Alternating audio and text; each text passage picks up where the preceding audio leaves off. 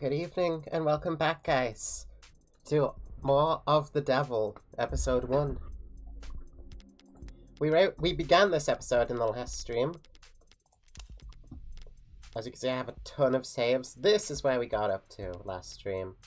We got up to around here in episode 1. Another car ride.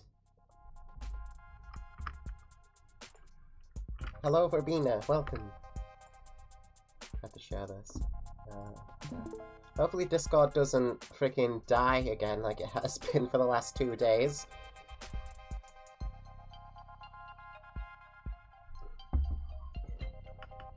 Hi, hello! So we're seeing Sarah first of all. Does it excite you, going into courtrooms? What do you mean? You don't feel the tension in the air as the audience murmurs amongst themselves? You don't feel a fiery sense of justice rising in your gut as the prosecution smirks at your ragtag assembly of witnesses? Do you really think this is going to be like some kind of movie where the good guys save the day? Probably not. Though, that would be nice if it were. Daughter. Hi, Morgan.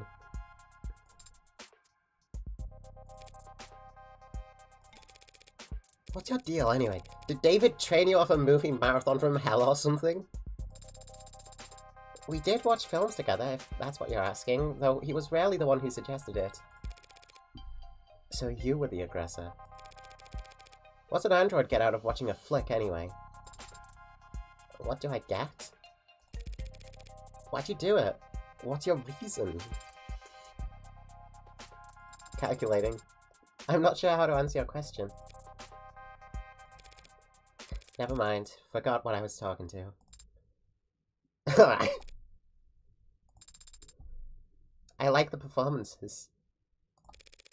Sure, there you go. Got a crush on Humphrey Bogart or something? Bogart? He's a handsome man. But it's not the actors I like so much as their performance. I do have to apologize if my voice is out of whack still, because I'm recovering from a cold, and it was bad yesterday. It was really bad. I didn't get a lot done. I just sat in bed. So yeah, I'm still getting through that if my voice is, like, it's still recovering, but I'm doing this anyway. At least it was able to, like, pretty much recover in time for stream. The truth is, besides father, I have very little experience when it comes to people. I hadn't noticed. I read the net, and I watch people and what they share of their lives. But it's also subtle, so hard to follow. There are so many unspoken rules that can't be taught, only learned, and I often struggle to grasp them. Tell me about it. You're also complex, so detailed. But the characters on screen are exaggerated, larger than life. The actors enunciate, their body language is precise and meaningful. Their faces are bright and softly lit, and their eyes are... It's fiction, so these characters and their stories have a beginning, a middle, and end. And the people on screen don't ask anything if you accept your attention. You can't disappoint them or make them feel awkward. You can just watch and learn. But what about you, Adonai? What about me? Do you like movies? Yeah, sure, back when I was a kid. Really? Who was your favorite director? What was your favorite film? It was a long time ago. I don't remember. Hello, Daisy. I only missed 7 minutes. Yeah, and most of those are spent in intermission. I just got here. We just finished a car ride. State building. Floor 48. Things are quieter than I expected here at the courthouse. Though, I've always felt courthouse is a bit of a misnomer. Government building is probably the best way to describe these towers, all-encompassing and impenetrably vague. 100 floors of officials and documents and paper pushing queues, with a couple dozen courtrooms squeezed in along the way. Didn't think I'd be arguing in court when I woke up today. Didn't think my friend would be dead, or that he'd have thrust an android onto my lap either. I could just walk in there and concede. Emma would be irritated and more than a little confused, but I could play it off as an exercise in grief. The android would complain, loudly of course, but I wouldn't have to listen to it. Now that it's registered in my name, I could probably just order the damn thing to reset its memory. But I haven't done that. And I guess I don't plan to. Why? It must be because I have my suspicions as well. Sarah insists that David would never commit suicide, and I haven't actually stopped to ask myself whether or not I agree. David was rational, subdued, private, hard on himself, and not prone to emotional outbursts. So maybe that's why I'm finding myself outside a courtroom, prepared to humor and add suspicion before the state. Because I don't really believe David killed himself either. What's your progress bar at? I can confirm that I am making progress. Well shit, let's not get ahead of ourselves. But it would be difficult to summarize that progress in terms of a completion percent. Give it your best shot anyway. 4%. Are you feeling confident in your case? Markedly less so after hearing that. Do you think the judge will be amenable to your argument? What are you talking about? Do you know the judge we've been assigned? Are they particularly lenient or strict? Adjutants are always a coin flip, so... You do know what an adjutant is, don't you? Are you expecting to see a bearded old man with a robe and gavel when we get in there? Oh no. Has she only seen Ace Attorney? She's become enamored with the Sarah. I'm not surprised. I love her too. Should I not? Adjutants are android judges, okay? With all the authority that entails. Adjutants are automated dependents that preside over trials for the state, while most adjutants are designed and sold as software and then loaded onto courthouse-specific hardware, including android bodies. They can interpret trial proceedings and render judgment based entirely on stenographer records if need be, ruling on cases in an entirely digital capacity. Reviews of adjutants by third parties have shown that they are overwhelmingly more equitable and even-handed in their sentencing than human judges. Because they cannot be bribed or intimidated, adjutants are especially preferred for cases involving organized crime or corporate misconduct. Adjutants use a 9-fold personality engram for rendering their judgments and building consensus, known as the nonary system among software engineers. Because each of these 9 personas are constructed by a different think tank or institution from across the political spectrum, ideological contamination in adjutant units is practically impossible. There have been a small number of reported cases where nonary processing has borne particularly enthusiastic or eccentric personas, presumably in an unorthodox, if not effective, attempt to reconcile particularly disparate opinions among their 9 constituent personalities with a single authoritative loud voice. With the state's court backlog essentially cleared for the past half-decade, questions arose as to the continued need for adjutants to lighten the judicial system's human resource burden, but Senate Investigative Committee 74JD91 determined that removing adjutants from the legal system would be prohibitively expensive at this point.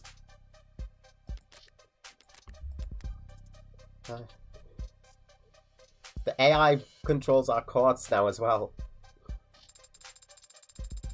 I am surprised to hear that people are willing to accept rulings made by automated dependents. Rulings come from landmark cases in the higher courts. Those are passed down by actual judges, real people with decades of study and experience. But not every eviction case or traffic ticket that ends up in court requires years of legal expertise. Sometimes all you need is a referee and a sentencing algorithm. So, androids are used to reduce caseload? Been that way for decades.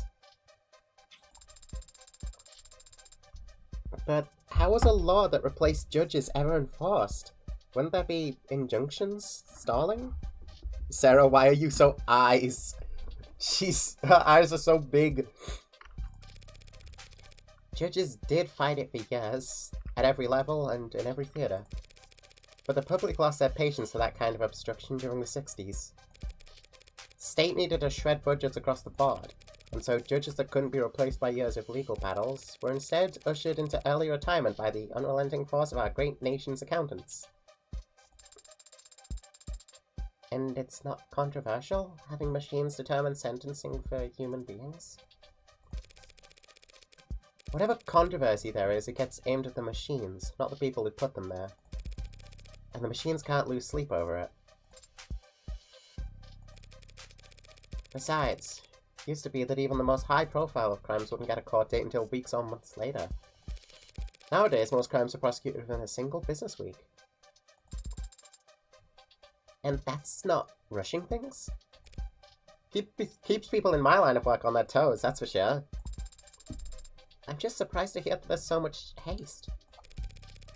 Don't they teach you about classical conditioning in Android school? You gotta feed the dog immediately after you ring the bell. If punishment doesn't follow the crime in quick succession, the lesson doesn't stick. I see. But if adjutants are so effective, why aren't they used in every trial? Why aren't they used in politics?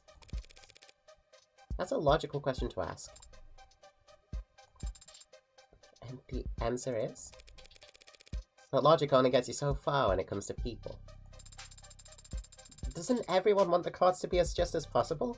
If adjutants are truly impartial and incorruptible, everyone wants justice, sure.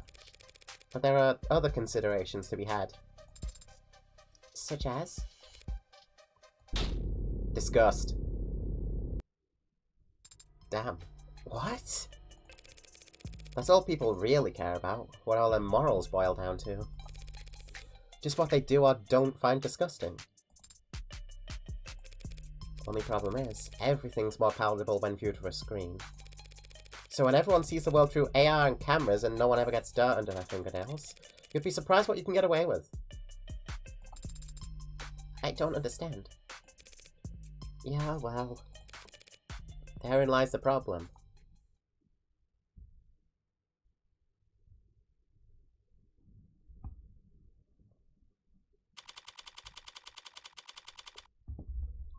"6 p.m. Courtroom 48D. Hi, Emma. Hello. Hi. Just a preliminary hearing, huh? You wouldn't know it from the look on her face. But I should have expected any leeway once we stepped into the courtroom. Not with her. That's the adjutant up there? Is it asleep? It's loading. Oh. Okay. So this is what we're dealing with. I'm fond of the Morgan eyes thing. Have you noticed the Morgan eyes thing yet? Where her eyes keep going, like, completely black. They become, like, void whenever she starts talking serious. Yeah. I noticed that. It needs to load? Don't be rude. Not every ad can afford to be decked out as extravagantly as you. Especially not those the state buys in bulk. There's an audience. You mean the gallery? That's nothing. It could have been a lot worse. Word of any trial in the case of David Ash's death must have spread like wildfire, even a mock trial like this one. Detectives like Ray's or London would get chewed out for leaking things to the press. The uniformed officers had little to lose and a lot to gain by dropping a text to their attentive friends in the media. And then there's the corporate plants. Interns, usually, preferably ones with modded eyes. It's illegal to film inside a courtroom, but this is the year 2086. Things are gonna get out one way or another. I don't like having my face on camera. I don't like attention in general. But I'm not such a coward that I'd skip David's funeral just because there'd be paparazzi outside of it.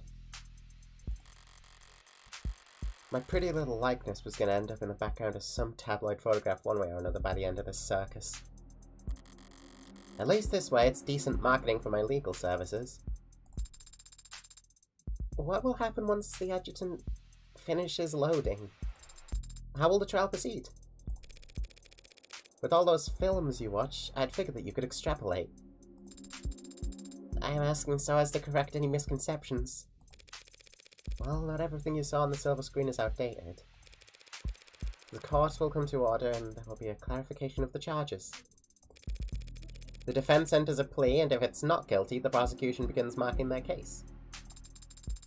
That means calling witnesses to the stand, correct? Mostly. Sometimes I'll testify virtually from a separate location. Depends on the security concerns surrounding the particular individual in the case. What do you do then? Sit here and watch? Not if I want to get paid. I cross-examine witnesses after the prosecution are done questioning them. I can present evidence or witnesses of my own in response, as long as I have discovery backing me. You've said that before. Discovery means? Just that I can't pull stuff out of my pockets and present it without any kind of context. I have to have proof that I acquired it legally during the course of my investigation. Most of the time, that means having recordings or witnesses that can verify my investigation. Which I can provide. You didn't think I was letting you tag along because I liked you, did you?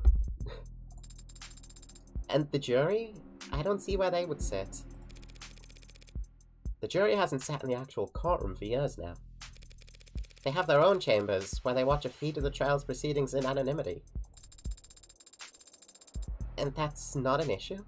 Don't people want to look someone in the eye before passing judgment on them? You've got an old-fashioned sense of justice, don't you?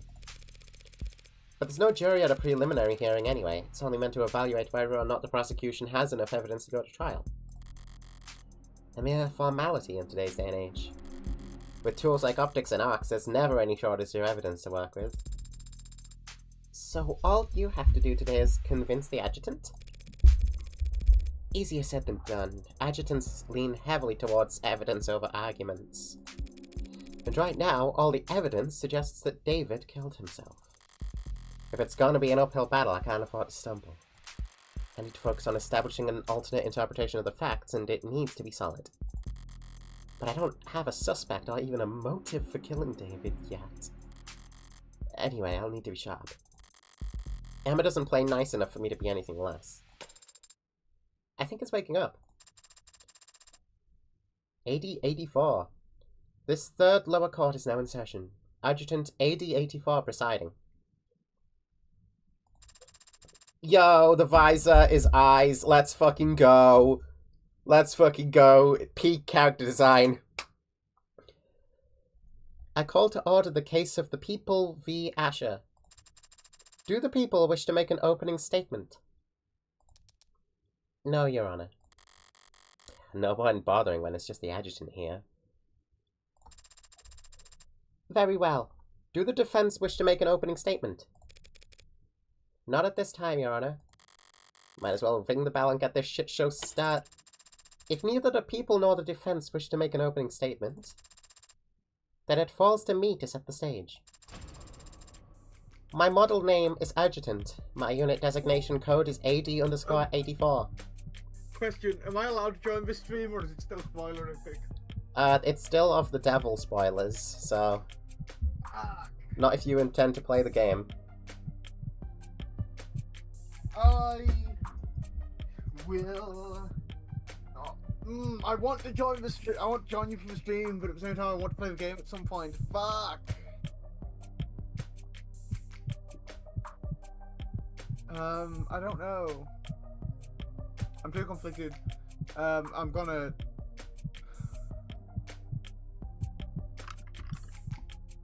leave and I'm gonna work on some stuff and I might change my mind and come back later. Okay. See ya. Bye. As you say. I'm normal about adjutants. Dude, they're so cool looking.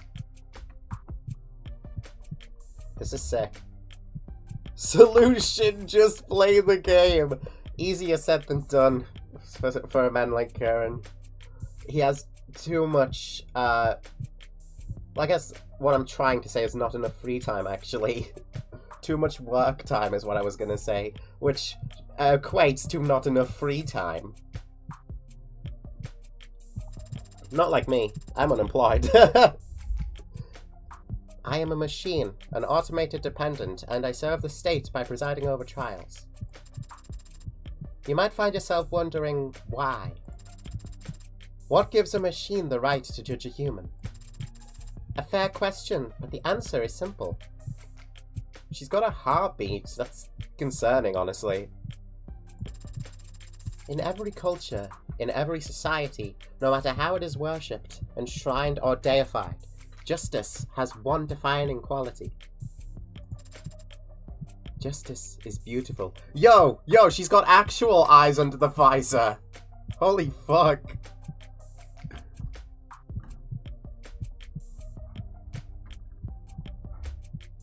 Could it suck if I used my awesome knife to get money to gift Kieran episode 1? No, there's no need for anything rash. I'm sure he can afford it. I can say what I want. Fair enough. Like a balanced equation, like the golden ratio, like the Vitruvian man, justice is beautiful. So, what gives me the right? Oh my god, she's kind of like Queen a little bit. This gorgeous bod. Oh my god. Okay, that was not what I was expecting. It looks like we're dealing with Void Lord B. Holy fuck. That was the last thing I expected to go out of this thing's mouth.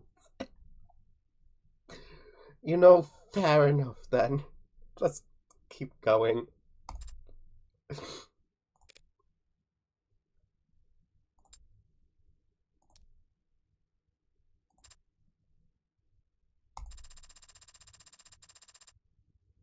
Whatever, forget it. Forget I said anything. I was trying to lighten the mood, but I can see everyone hates me.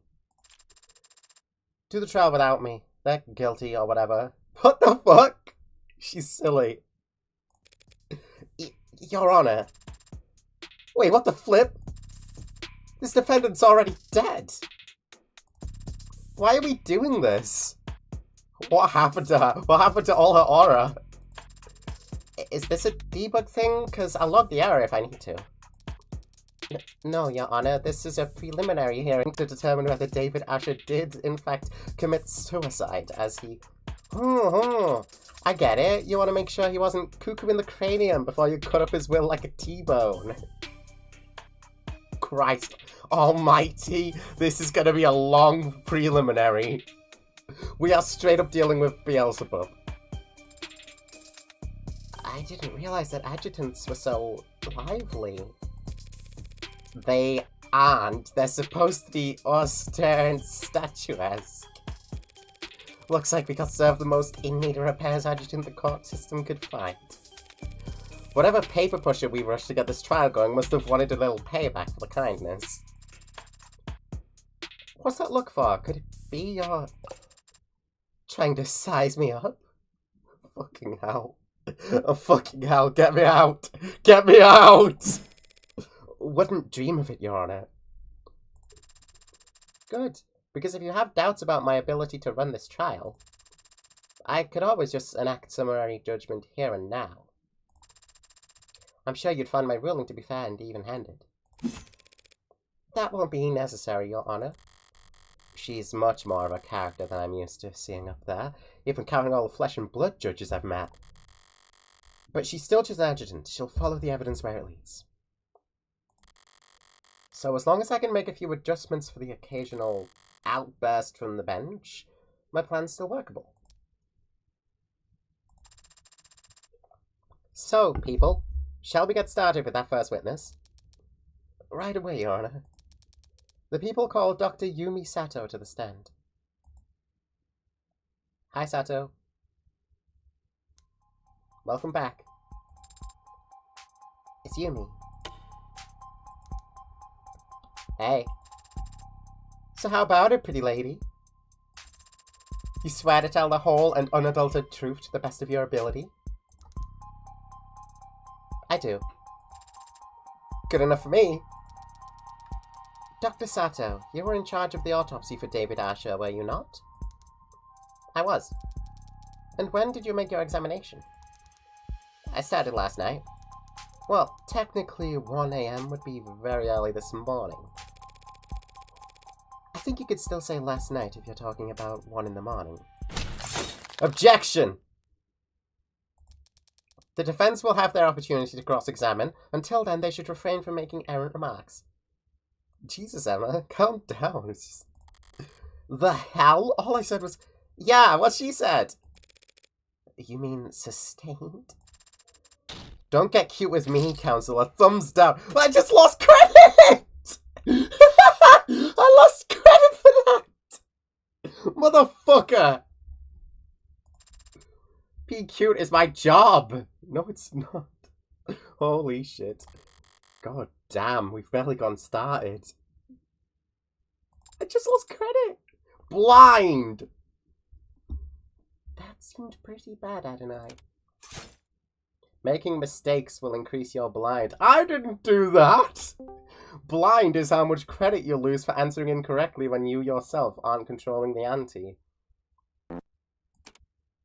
Blind increments on its own throughout the trial as the stakes get higher. Okay. Okay. I see that. Blind starts at and caps out at a higher number if you're playing in high roller. Mind the blind number in the top left when it appears. It helps you gauge what you stand to lose. On it. We should try to avoid being penalized in the future. Thanks for the tip. Shake it off. I'll get my chance to raise objections of my own soon enough. Dr. Sato, were you able to determine the cause of death?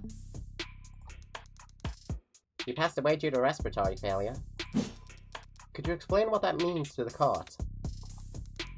Essentially, he wasn't getting enough oxygen into his blood.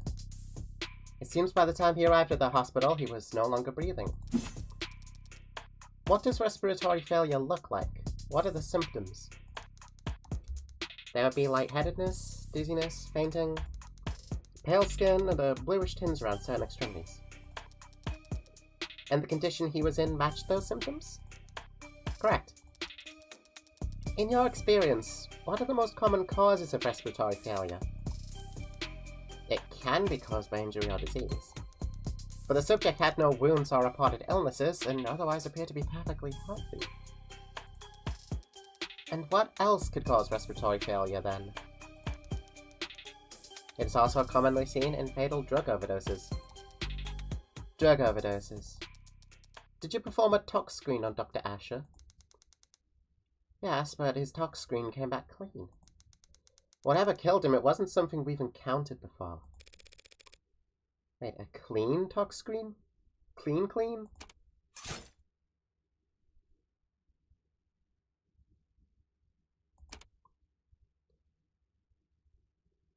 Be careful and wait for a statement that sounds wrong, and hit the call button to call their bluff.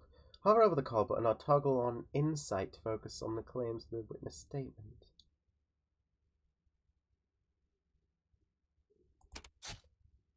Testimony will loop until you call.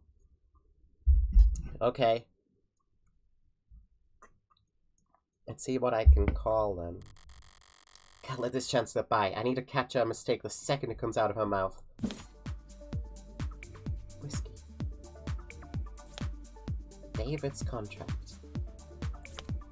Upright cup. Jesus. Okay, let's go. The subject passed away due to respiratory failure. Is Danganronpa now? Is it? He wasn't getting enough oxygen into his blood. He would have experienced lightheadedness, dizziness, then fainting. As the subject was healthy, their respiratory failure must be attributed to a drug overdose. But when a tox screen was run at the hospital, it came back clean. That doesn't sound right to me. It was puzzling, to say the least. Something she said just now doesn't make sense. I have evidence that directly contradicts her, so I just need to find the right moment to present it. Passed away due to respiratory failure. No oxygen. Yeah. Tox screen came back clean. No, it didn't. We know that. Granted, it was a week ago, but I still know that. Confirm your card before the timer runs out. Ah, shit. Right, cup. David's contract. Whiskey. That is, Wait, I thought does the talk escape screen skip came it? back clean, and then they detected something that the talk screen didn't pick up afterwards, right? I don't know. Just a sec. I pressed escape and I think that skipped it. You can disable the timer. Okay.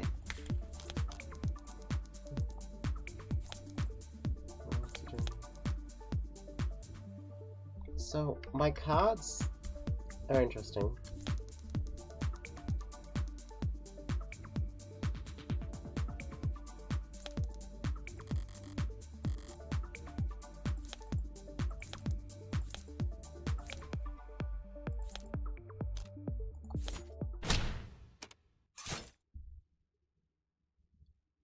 What are my cards?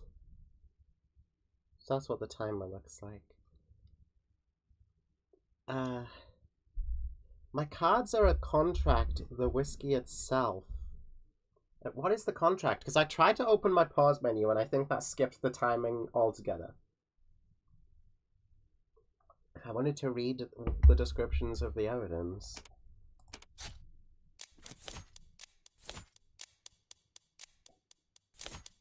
This is Jones.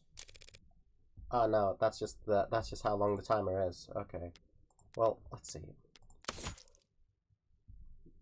The contract's probably nothing to do with this. I don't think Jung's cup has anything to do with it either. Jung's Cup, isn't that a guy from BTS? No foreign elements.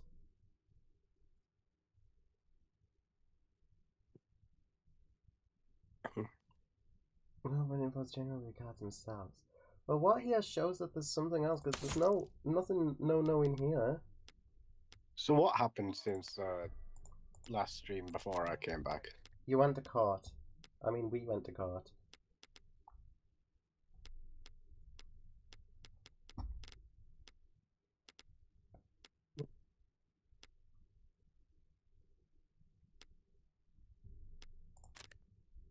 Well, what happens if I proceed like that is, open your mouth without thinking, huh? There's only room for one airhead in this courtroom, and it's not you. It's me. Of course, Your Honor. Yeah, the whiskey, the contract, and the upright cup. Which is Jung's. And this has nothing to do with it.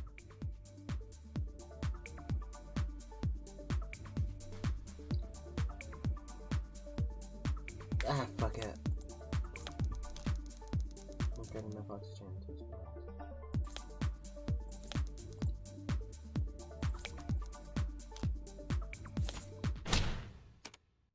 Wait, Toxcan came back clean, but he was drinking alcohol. Is that what it is? Is that what it is? Want to bet? It's impossible for David Ash's Toxscreen to be clean, and we all know it. Since he was on camera drinking alcohol the night that he died. Right, I need to get a fucking brain scan, because that's kind of obvious, isn't it? He was drinking alcohol. Bleh. Right, Tox scan. Ah! That makes sense.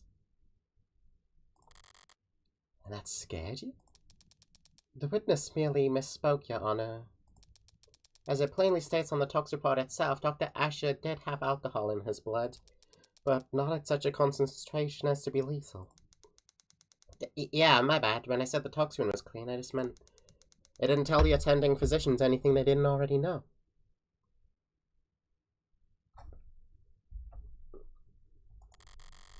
Overall, a little more nitpicky than I like to be, but at least I was able to balance the momentum, more or less. Shall we continue, Dr. Sato? If the tox screens were negative for pharmaceuticals and drugs, what caused Dr. Asher's respiratory failure? During my autopsy, I analyzed his blood and was able to isolate a foreign compound. So there was a lethal dose of a drug inside his body. It just happened to be a drug that the hospital had never encountered before. That's correct. I think we're all going to get tired pretty fast if we don't at least pick a placeholder name for this substance, Your Honor. The people don't object, Your Honor. In that case, I'll put all my creative heuristics to work coming up with an original, scientific, fitting name for the substance. A name like Omega. Omega-3!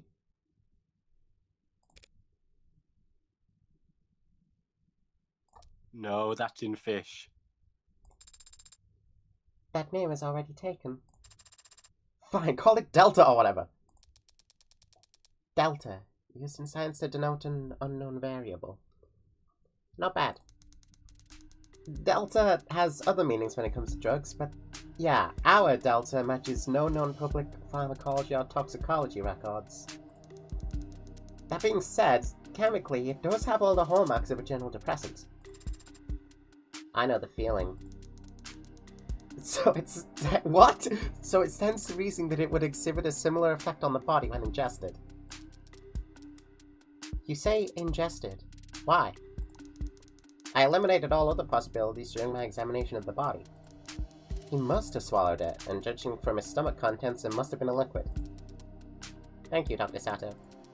Shall I summarize things for the court? Yes, please, I wasn't listening that closely.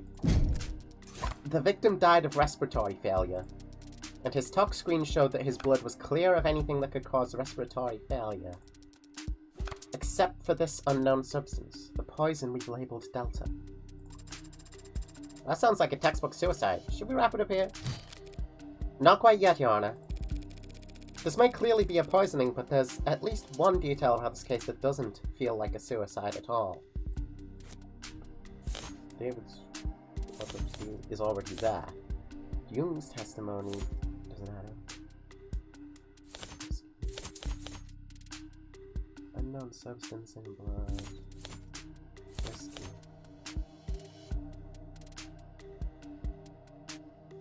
Corroborated by campers. Jung's testimony?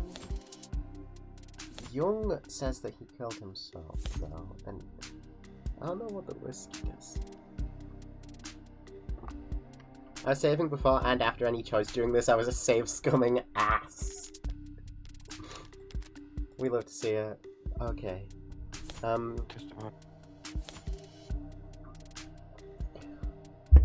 Instead of guessing, why don't I actually use my brain here?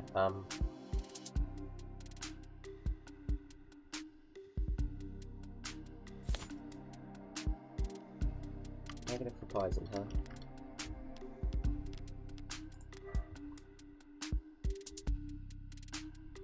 One detail that doesn't feel like a suicide.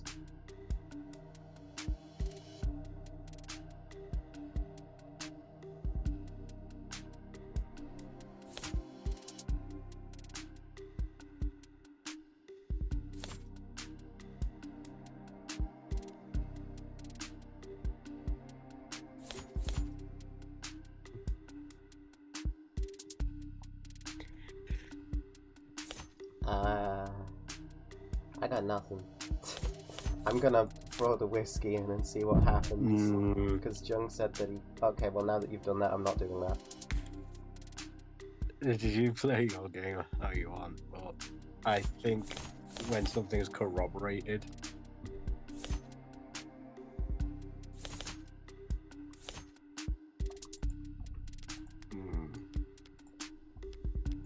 I just need to think a bit more myself on what the whiskey could entail, or if there's anything else in the autopsy.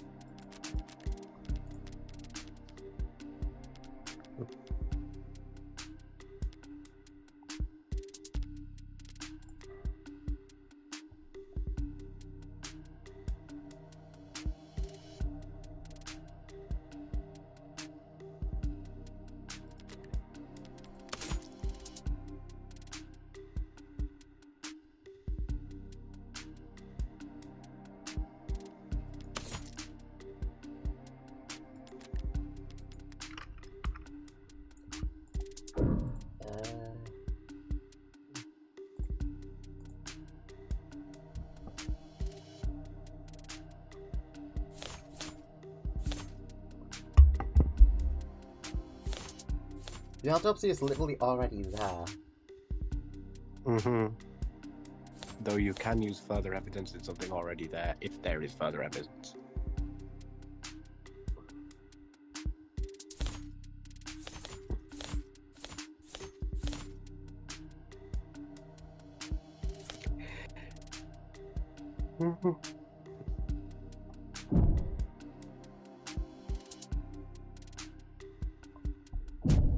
Yeah, screw it. Let's see what happens.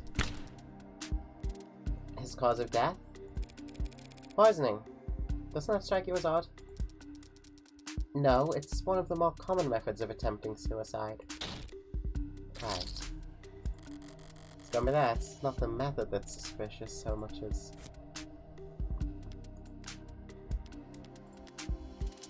Right. That does it. So much as the whiskey he was drinking. The whiskey? What about it? Was it that expensive? Why would he want to drink the most expensive liquor possible? Do you really want to finish that thought? Not at this time.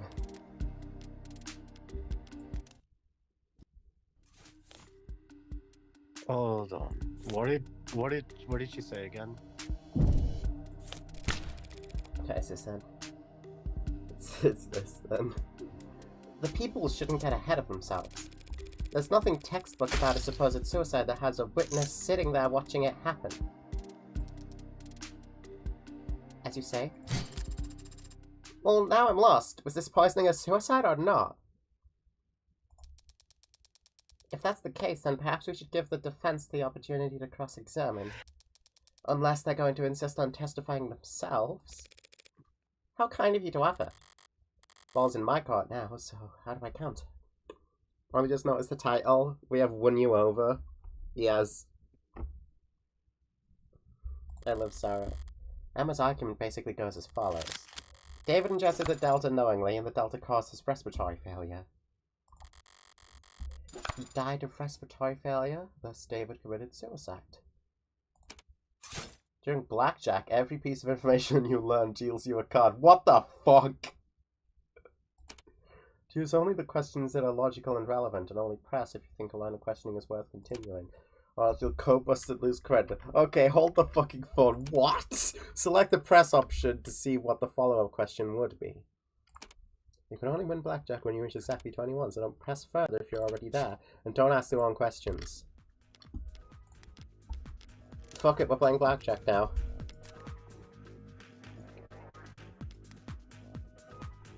With my cross-examination, I need to put a microscope over the weakest part of that argument, and hope that some cracks will appear under pressure.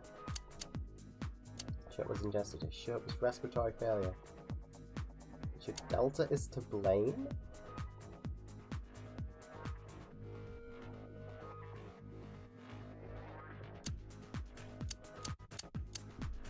These all seem pretty cut and dry to me.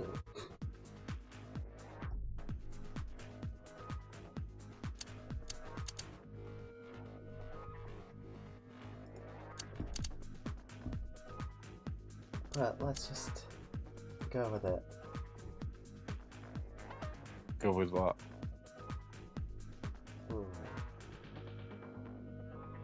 I mean, he had all the signs of respiratory failure. Yes.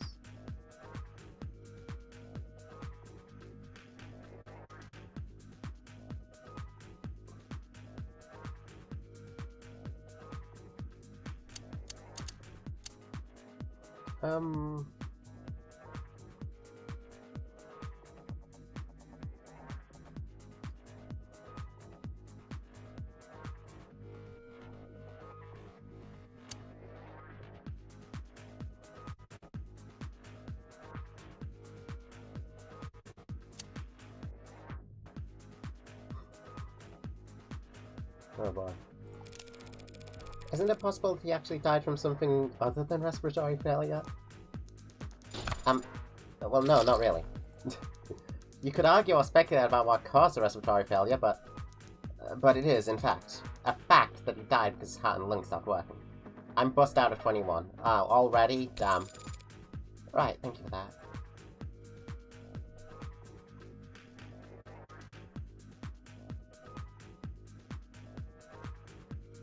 Like, we...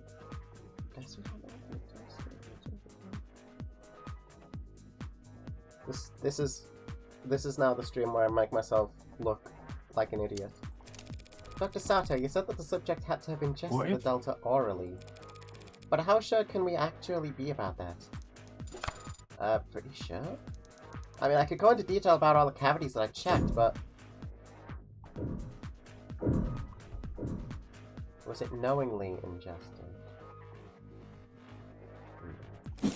But how sure can we be that the subject ingested the Delta knowingly? Well, we can't be sure of that. Certainly not just from an autopsy. You said it must have been a liquid, yes? Would it have been a large amount? Depends on the concentration of the delivery solution. It could have just been a drop. The kind of thing that could easily go unnoticed, yes? Calls for speculation, Your Honor? Withdrawn. Oh man, I wanted to jump on a case. I mean, we lose this shit if we say it was... So we've determined what Delta is structured as, but have we determined that... I mean, it's obviously the only atypical thing in him, but...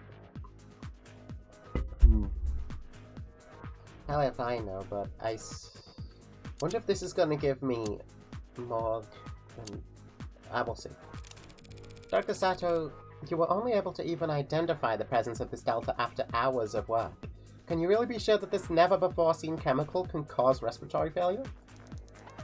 Well, I've had time to run simulations, and they do give every indication that it would act as a depressant. And just enough of any depressant and respiratory failure would occur. All these simulations would... That could put me over 21. Anything could at this point.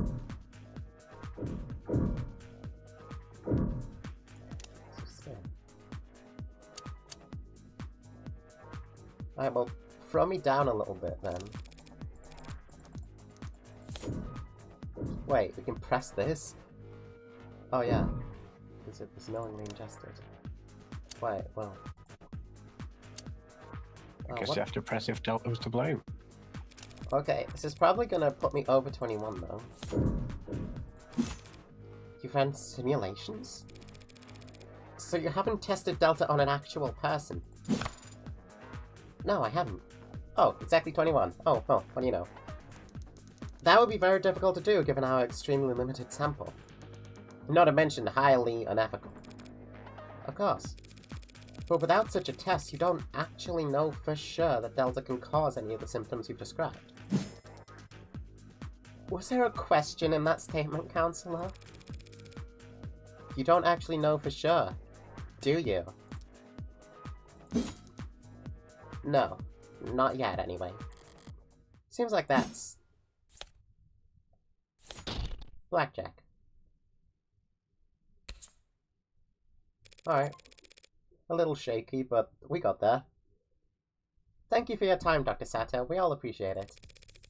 But it does seem like we're still in the dark about many details regarding Dr. Ash's death, wouldn't you say? Well, poisoning via the compound we're calling Delta is still the most likely explanation. So there are other explanations for what happened. Defense is calling for speculation, Your Honor. It's not speculation when a medical examiner is attempting to explain the cause of death, Your Honor. The witness will answer the question. Well, respiratory failure can be caused by illnesses.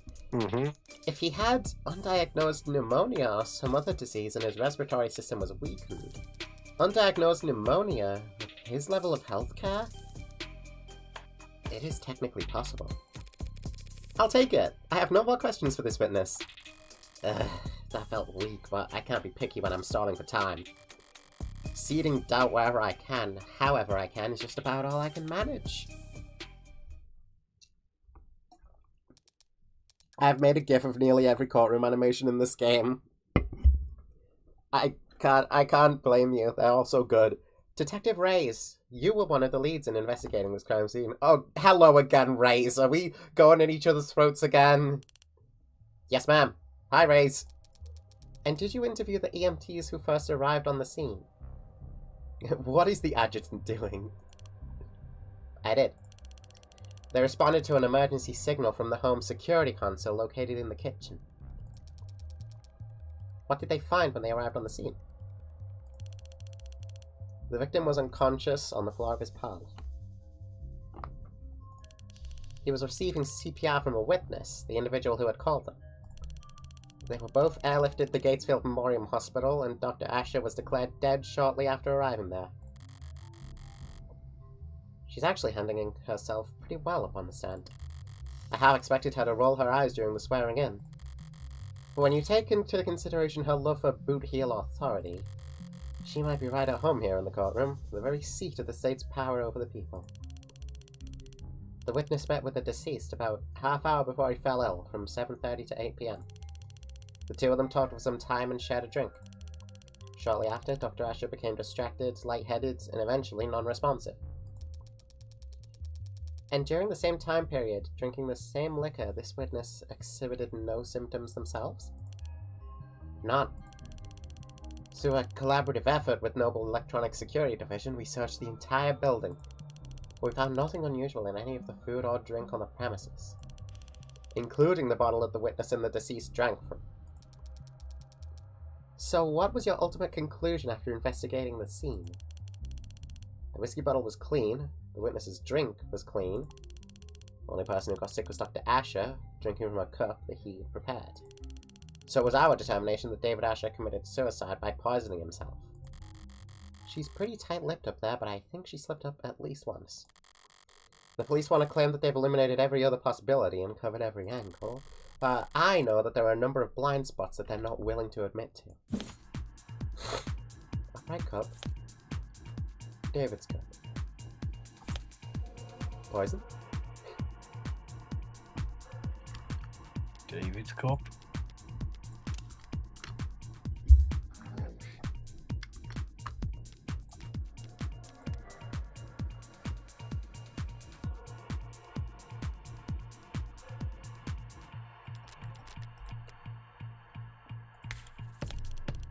Asher met with the witness at 7:30 last night. Well, no need to press that. He's the one who prepared their drinks. And there was no opportunity for the witness to ever slip him something. He drank from a cup that he himself poisoned. Cool. Seems pretty cut and dry if you ask me. But just to be sure, we scanned the kitchen, the lab, the basement. There was no poison anywhere else.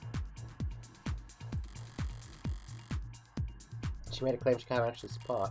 All I need to do is point it out, and then I'll get to watch her self-destruct. Which should be fun. Yeah.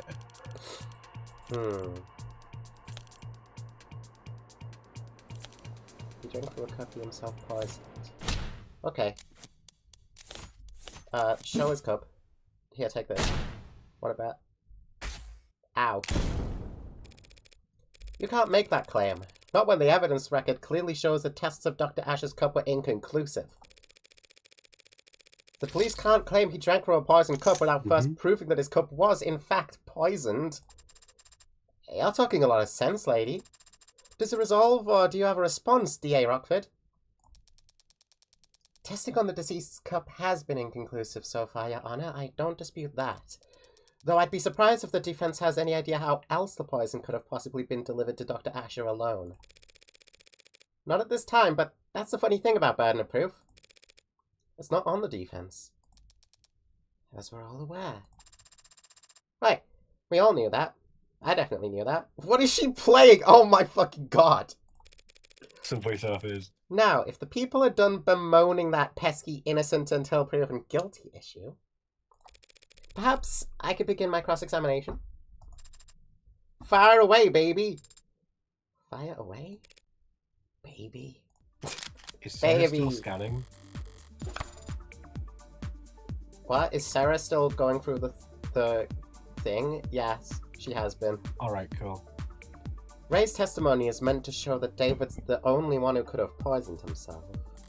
She'll be on guard and hard set against helping me, but if I keep her focus on eliminating other possibilities, I could get her to make my point for me before she even realizes what's happened.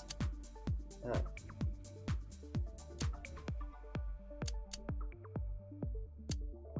Never seen poisoning himself. Well, no, he wasn't. Detective, we've been doing a lot of assuming and reasoning in quick succession, so I'll ask this plainly for the court. Is there any photographic evidence showing David Asher adding anything to his drink last night? No. Seems he had already poured for the both of them by the time he returned to the parlor. He had already poured? In that case, the next question needs to be when and what. A poison kitchen. This is blue. Let's touch it. Detective Reyes, during the course of your investigation, did you find any samples of Delta in the kitchen or parlor? No. That was a fast answer. Well, it was a pretty easy question. If we'd found poison at the scene of the crime, that'd be pretty important, don't you think? What about in his lab? His bedroom? His basement? No, no, and no. We didn't find Delta or any other unusual substance in any part of his penthouse. Right, they never found any poison. No poison at all? What about poison container? Flippy chippy. I didn't actually save yet, so... At any point in the investigation was poison found on the body of the deceased? No? He must have been searched. Did he have any capsules or vials? Eyedroppers? Didn't even have his wallet on him. Why?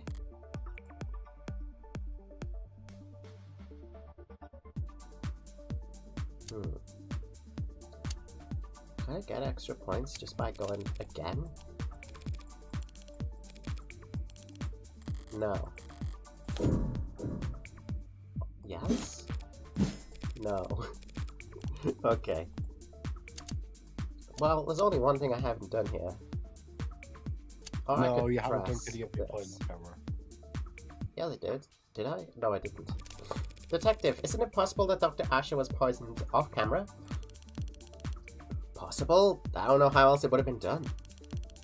That just goes to show it had to have been suicide. The only time he was off camera, he was all by himself. Shit, that's not where I wanted to leave the conversation. It might certainly seem that way, yes. Anyone else in the building?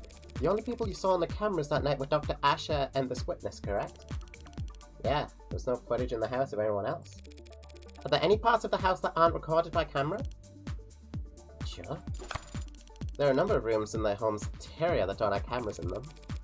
So it's possible that there were other people there that night because cameras weren't watching every room. No, that's not possible. The only way up to the penthouse is through the building's elevator or the fire escape stairs, both of which are on camera. And it still wouldn't get you past his front door, which is also on camera. No one besides the two of them was there that day. I can't press, so I'm gonna have to stay. Thank you for enlightening the court about this point, Detective. What point? Well, I think it's strange, don't you, Detective? I mean, how could he have possibly poisoned himself without first procuring some poison? Blackjack. Mm-hmm. What do you mean procure? Where did it come from, Detective? The poison that you're so sure was dissolved in his drink. It can't have come from thin air, you understand? It had to have been in another container at some point. Whatever was in before, it probably evaporated. Would you eat crayons dipped with tartar sauce? No. Hold the tartar sauce. Next question. All of it? It only took a small droplet to kill. Your Honor, you're going to ask him to keep it civil? In a minute, sure. There wasn't any pill bottle in his bathroom or syringe in his pocket containing this apparently deadly substance. So, how did he get it? What did he keep it in? The police want to claim that Dr. Asher committed suicide because they've established that his guest never had an opportunity to kill him, but they failed to prove that the victim had the means to kill himself. And I guess I'll be the one to move things along. The Delta didn't come out of thin air, Counselor. And it didn't come from a syringe either. Dr. Asher was able to drip the poison right into his cup, straight from the source. Shit, that's way too specific to be a bluff. Allow me to submit Evidence Exhibit G. Why A didn't you... piece of machinery found in Dr. Asher's laboratory. Sold under the product name Nanofacturer. Haven't we seen one of these? yeah, we got our own here. It assembles organic and inorganic compounds.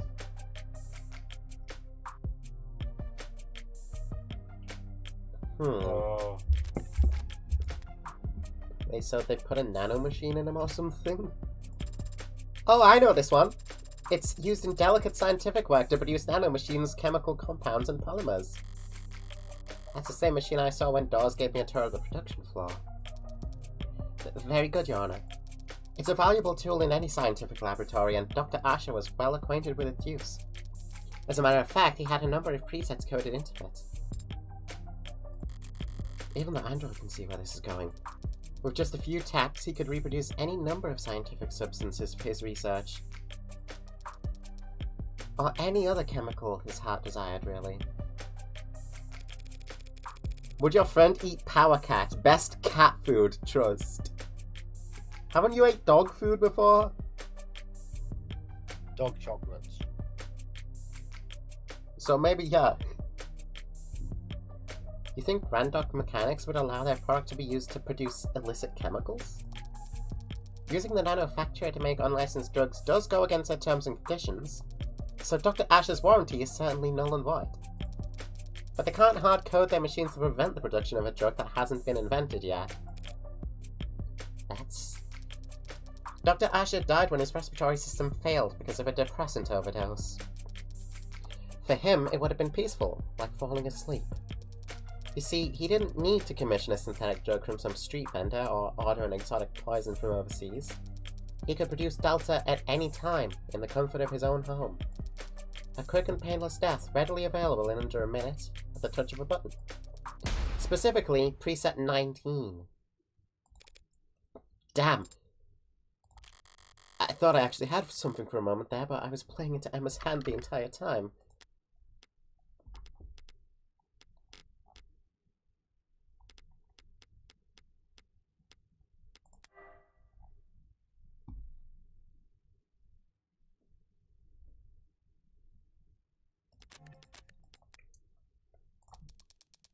So they've verified the presets. Seems like we're done with this witness, Your Honor.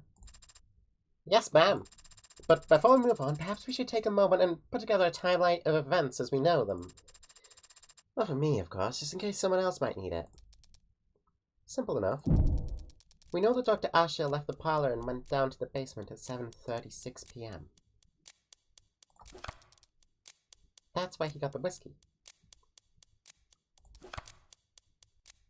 And the cups they drank from.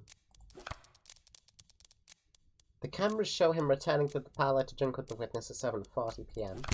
And of course, we know that he fell ill and passed away shortly thereafter. Any objections so far, Counselor? My blind is minus fucking 7.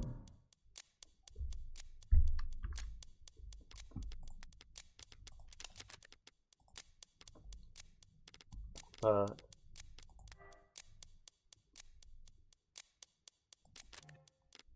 I think that's up.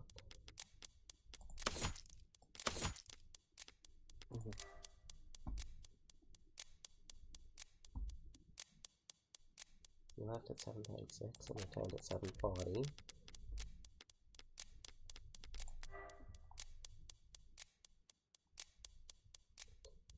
Left and returned at 7:40. You feel shortly thereafter. I guess it really depends on your definition of shortly, but that's all correct. Not at this time, no. The timeline you've described is accurate, as we know it. As you say.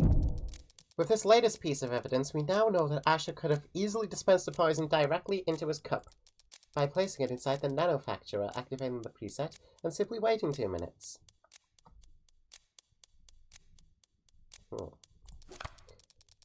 Easily accomplished during the 4 minutes he spent off camera from 7:36 to 7:40.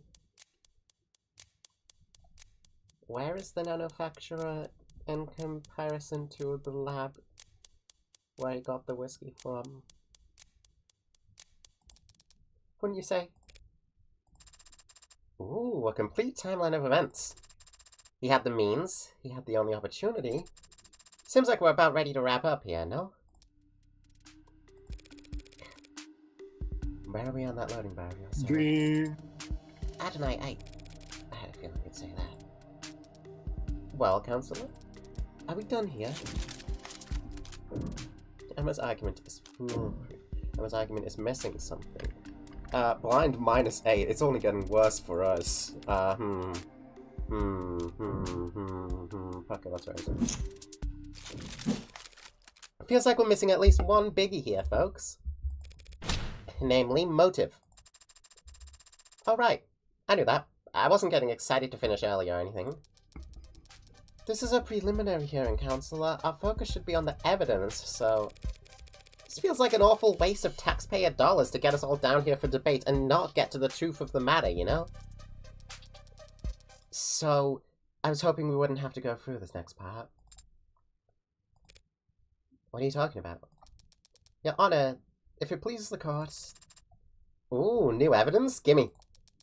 This is a recording of a phone conversation dated at 6:30 p.m. last night between the deceased and a man he was in a relationship with. A man named Isaac Porter. Poor David's breakup call. If Emma wants to present it here now, then the content must be... relevance, Your Honor. Yeah, what bearing does this recording have on the case at hand? It establishes what emotional state the deceased was in on the day he died. Cool, begin playback. Oh, Christ. Okay, here we go. Hello? Always so soft-spoken. Isaac, you there? Yeah, I'm here. What's wrong? Don't know. Guess I wasn't expecting you to pick up. Why not? Did you mean to call me? Yeah, I did. You gonna ask me how I've been? Yeah, how have you been? Christ, David. What's the matter? Whatever it is, whatever I did, I'm sorry. Whatever you did? That's alright, man. I'm sure you are sorry. I just don't want any more apologies from you. Okay. And I don't think I want anything from you anymore, David. What do you mean? I shouldn't have done this. This was unnecessary. My bad, man, for not taking the hints. With you, it's always better left unsaid, right? On-call Pookie, Jesus! More efficient that way, so you can keep working. Isaac, if I've been distant with you, or... Nah, you haven't been distant with me, or cold with me, or anything with me, for a while now. Isaac, just forget it, man. Forget I called. Forget it all, yeah? Just forget we were ever anything but strangers.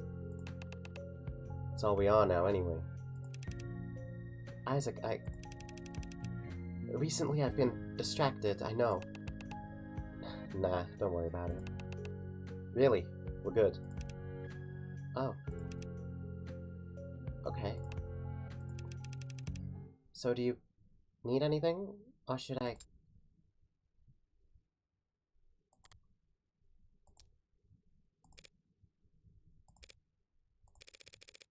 Where did you even get this? All of Dr. Ash's incoming and outgoing phone calls were recorded by the building's penumbra system, and the recording continued for several seconds after each call was ended, for quality assurance. Remind me to check the terms and conditions on my next phone bill. Thank you for the piece of evidence.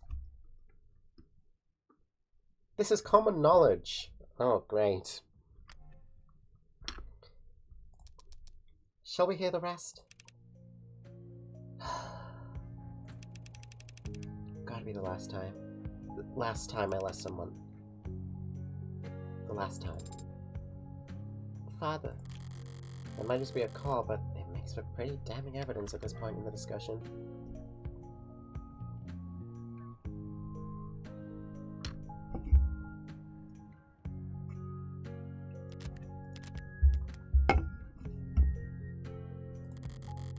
Emma's got a means, opportunity, and motive all lined up. So why is she looking at me like that? That was depressing. Can we finish up without anything else that horrible? Emma's never been apologetic in victory. So does that mean this is just pity? Oh no, Morgan, come on. Less than 2 hours before Dr. Asher died, Isaac Porter ended their relationship over the phone. The court can make a reasonable assumption about what kind of mental state Dr. Asher was in last night. That was a bad move, Miss Rockford. Then, if the people have nothing further to add... I've been feeling off my game all day. Caught between corporate inbreeders and ant-brain protesters and... pitying me? Here and now? That's all it takes to get my blood properly boiling. It's about time for me to call my first witness, no? Yeah, she's pissed. You hit her in the ego. Now we're fucked. You want to keep going after that? What are you doing, Counselor? Just calling the ultimate silver bullet rock solid slam dunk witness a girl could ask for. Is it? It's just... Is here good? Does it matter where I put my hands? Miss Starling, thank you for coming here today. Of course, whatever I can do. What is your relation to the deceased? I was his executive assistant at Noble Electronics. Hi again, Jazz. Hello. I would arrange his meetings, coordinate communications between him and other departments.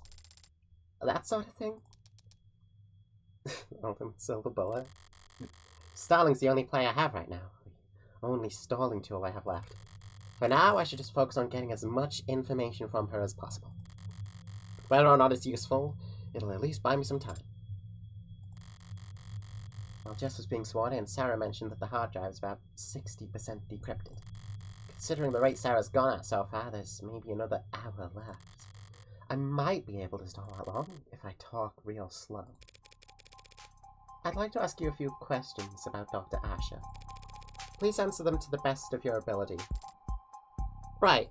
Please answer them to the best of your ability. Dr. Asher was a well-known public figure, but was he well-regarded professionally? Of course. Dr. Asher's work set the bar for the entire automated dependent world. Stay focused, Spearmint. Spearmint! You say you coordinated his communications. Were there ever threats? Did people ever express an intent to harm him? Objection calls for speculation. Intent. I'm feeling that that's gonna be, sustained. Did anyone ever threaten him? There were times when he was the focus of negative attention. How so? Dr. Asher was a favorite subject of many conspiracy theorists. With all his contributions to the field, it was easy for them to make claims about his influence. They'd say that his work was plagiarized, or that he was hiding illegal subcommands in the technology he helped develop. And people would contact him about these conspiracy theories? Relevance? Whether or not people wanted to kill him? Well... Withdrawn. Miss Starling? People would attempt to contact him, yes. But their messages were always too vague for the police to take action on. They would say that he belonged in jail, or that he couldn't avoid the truth. Or that someone should do something to shut him up. Did they ever talk about hurting him? Yes. But I always turned those messages straight over to the police. Yeah, I'm seeing that on the record. Yeesh, who writes this stuff? All those cases have long since been resolved, Your Honor. And none of the parties involved have had contact with David Asher in years.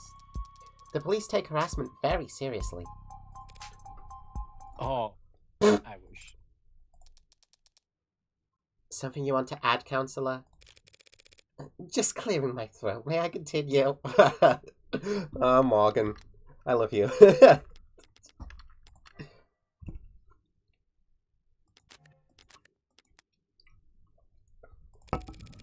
You worked with Dr. Asher for many years.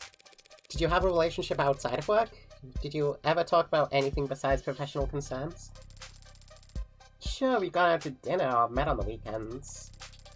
I think you liked to pick my brain since you needed relationship advice a lot. Ooh. Even if he didn't realize that was what he was asking for. I'd like to think that he knew he could talk to me, but... Did he ever talk to you, or to your knowledge, anyone else about hurting himself? God, no, never! Do you know of any history he might have had with mental illness? Depression? Anxiety? No. So when you heard the people argue that Dr. Asher had done this to himself, I was shocked. I couldn't believe it. You're saying that you can't believe... Objection. On what grounds? Asked and answered, stalling, and also, the people have documents that would be of interest to the court in this matter. Juicy! And what matter specifically are you referring to? The deceased's mental health history. Emma wouldn't be speaking up if she didn't have something real. So what the hell is this about? We have private correspondences that describe... If they're private, then they should not have been obtained by the people without his permission. He can't give permission if he's already dead, and we're well within our rights to obtain evidence as it pertains to his crime. Convincing! Damn, I didn't honestly expect to stop her from admitting her evidence into the record. But I was hoping to at least slow her. Where are you on that footage? 77%. Approximately. I need to buy whatever time I can, however I can. Even if that means running out the clock as a punching bag. I have here messages between Dr. Asher and a psychiatrist that he was meeting with and speaking to for the past year. Along with paperwork detailing how this treatment was covered under his Platinum Plan.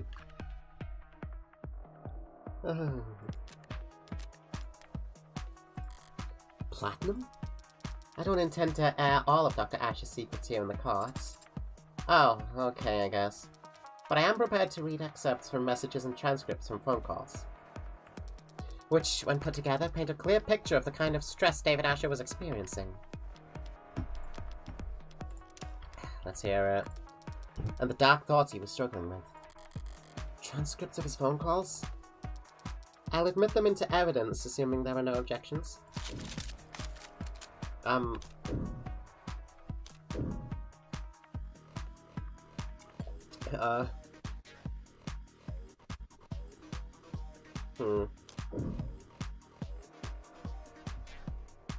Waste time. I need time. I need time is what I need.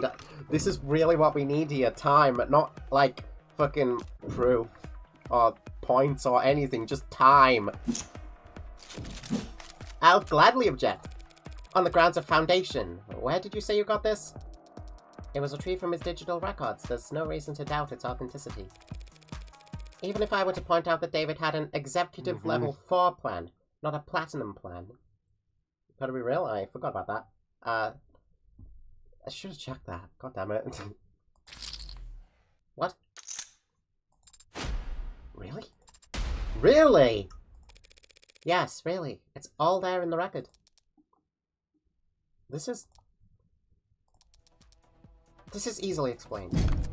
David had an executive plan that Numel managed for him. And he was also seeing the psychiatrist both in person and over the phone. Your own witness has attested that he dealt with stalkers and was worried for his privacy. So it's easy enough to reason that he had a separate insurance policy he paid for on his own. Even if only to keep one thing out of Numel's grasp. Sure, easy enough to make that assumption, but that doesn't make it correct. David used a separate insurance to hide this psychiatrist from Numel's spying? No, he was smarter than that.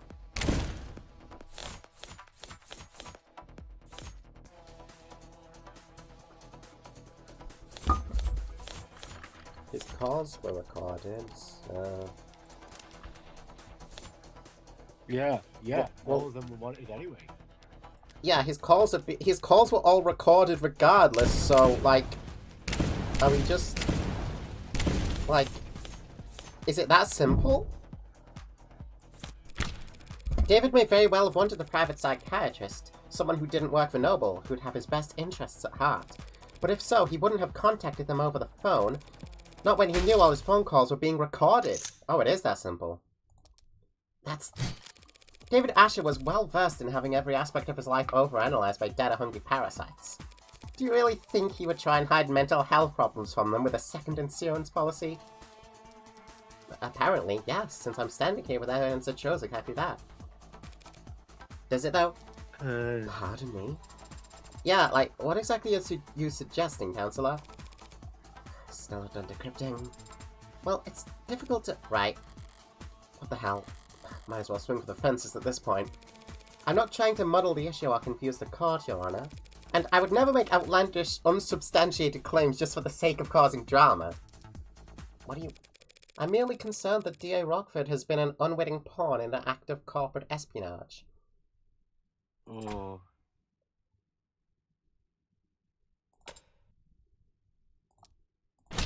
What? If the markets were to open Monday with people believing that David Asher, the man who programmed the brain of every noble android, was battling mental health issues for the last several months? Objection! Mischaracterization! Foundation! All the rest! There are no corporate spies in this courtroom, Counselor, and there are no boogeymen hiding under the bench. Oh, thank God. David Asher was a once-in-a-generation intellect and an extremely valuable human asset to his employers. And his employers' many enemies would do whatever it takes to destroy his credibility now that he can't defend himself. And he was also your personal... You shouldn't even be here arguing this case in the first place, Counselor. Now you're trying to call the police's evidence gathering into question? All because you can't admit that for the past several months your friend has been seeing a psychiatrist every Monday and you didn't know.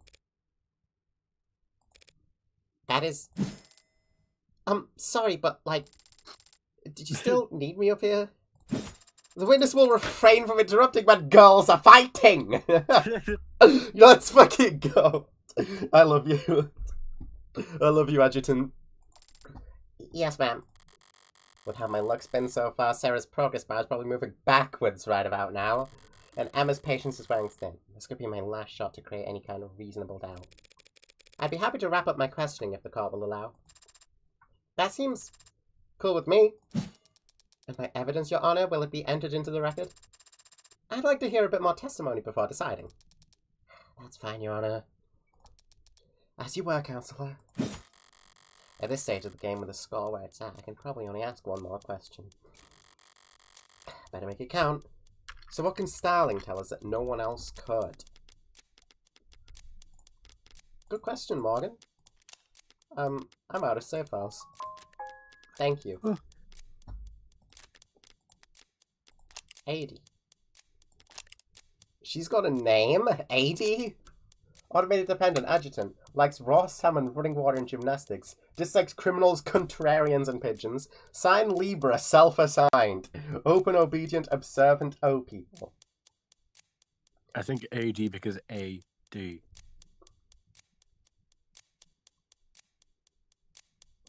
Ah.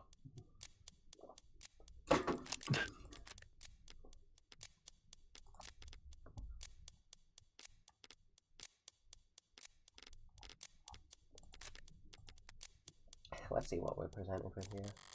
If she hadn't called me this morning, I wouldn't be standing here. And she only did that because David wanted... Okay, I get it. I think. Miss Starling, we're all gathered here to try and figure out what happened to Dr. Asher last night. So please, tell us, when exactly did he last contact you? When was the last time you had contact with Dr. Asher, Miss Starling? Well, that's pretty easy to figure out. Let me just... Yeah, it was last night at 6:57 p.m. We texted back and forth. There are records of some texts, but they're flagged as work-related. Does the court really think they're relevant, Your Honor? Relevant? The texting makes a big difference. It could very well be the single most important piece of evidence in this whole trial. What? I just got chills. Don't know why, though. Must be a coolant leak. The defense doesn't know what they're talking about. On the contrary, these texts are a vital piece of evidence that can change the timeline of events as we know them.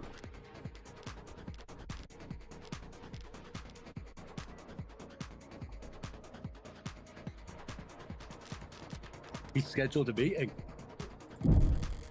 We know what happened to David last night, generally speaking, but the order of events is critical, especially if Emma wants to make claims about David's state of mind. chronological order. You can pick a card back up if you change your mind, or use return to undo the card. Fill them.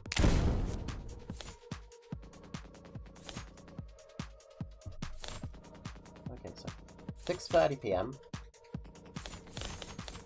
6:57 p.m.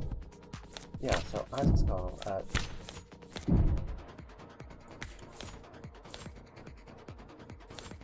Then he passes out. Thanks. Yeah, because Isaac's call came before the text. Yes, that's it. Thanks to Miss Starling, we've now got a much clearer picture of the night's events. We know that Isaac Porter and David Asher broke up at 6:30 p.m. And I was rooting for them so hard. And we know that David messaged his assistant, Miss Starling, at 6:57 p.m. David is on camera with the witness from 7:30 to 8 p.m. And he was declared dead not long after. The people don't object to that timeline of events. But we do question Councillor Morgan's reason for belabouring it. Belabouring it. One last question, Miss Starling. Yeah? What was the nature of your conversation with Dr. Asher? Well, actually, we talked about you. And how he wanted you to have his android. That android there. Putting his affairs in order, I guess. It might appear that way. Can you specify what his instructions were exactly? How did he want this done? Well, he wanted me to bring you to his penthouse and help you get set up as the android's new owner. Yes, Miss Starling, but when did he want this to happen? Well, he said it was pretty urgent, and so I should do it first thing Tuesday morning. Tuesday? First thing Tuesday morning. David Asher didn't like doing anything on Mondays. And was he going to be in attendance? He, well, actually, yes, he said he would work from home to help us. No way he intended for us to have that much trouble getting the... Oh. Oh! To summarize it. Half an hour after he had already had his breakup and half an hour before his guest had arrived, he was planning an appointment that would require his presence with you for next Tuesday. That's right, he was. Not something you would think to do if you were planning on dying that very night. Yeah, you're right. That's... Your Honor, if David Asher was preparing for the week ahead a mere hour before he passed away, don't you think the people's assumptions about his mental state ought to be re-examined? That's... Your logic is sound. Do the people have a rebuttal? If the court will just allow a moment. Sounds like an opening to me. If we assume that Dr. Asher was not suicidal and therefore did not kill himself, we must then ask ourselves who else had the means, motive, and opportunity to take his life. Until now, we've taken for granted this idea that the Delta must have come from his nanofacturer from inside the house. Adonai. Not right now. But even if that's true, which it may not be, that doesn't mean that he was the one who used the nanofacturer. Adonai! Would you allow me one moment to confer, Your Honor? Sure, why not throw away a momentum? I think you left something out when you read Amy's profile. Wait, who the fuck's Amy?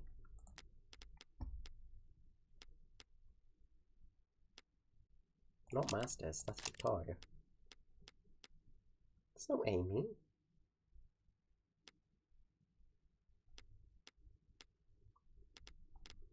Is it... I mean, 80? Has 3 sizes? Crying out loud. I didn't read that out loud out of respect. I'm in the middle of something, Sarah. I can't afford to let Rockford... I've gained access to the hard drive's files. 80. Yeah, I had to... I just had to double check no one was called Amy. What? Seriously? As I said, progress with this type of encryption is exponential. It can be difficult to estimate. Right, okay. Do you have the footage from last night? I have the file. Have you watched it? I thought you wanted to know right away. I suppose it doesn't matter. Either this has our silver bullet and we got a case, or it doesn't and everything falls apart. That seems quite risky. It's the least risky path to victory we have. Seeing how it's the only path to victory we have. Screw it. Upload it to the court computer. Yes, Adonai. Thank you for your You did say patience, Your virus. Honor. Zip bomb. The Z stand for zip bomb. Your Honor, I'm awake, and I'm getting a pretty hefty chunk of video data for breakfast. You're submitting security footage into evidence? New security footage?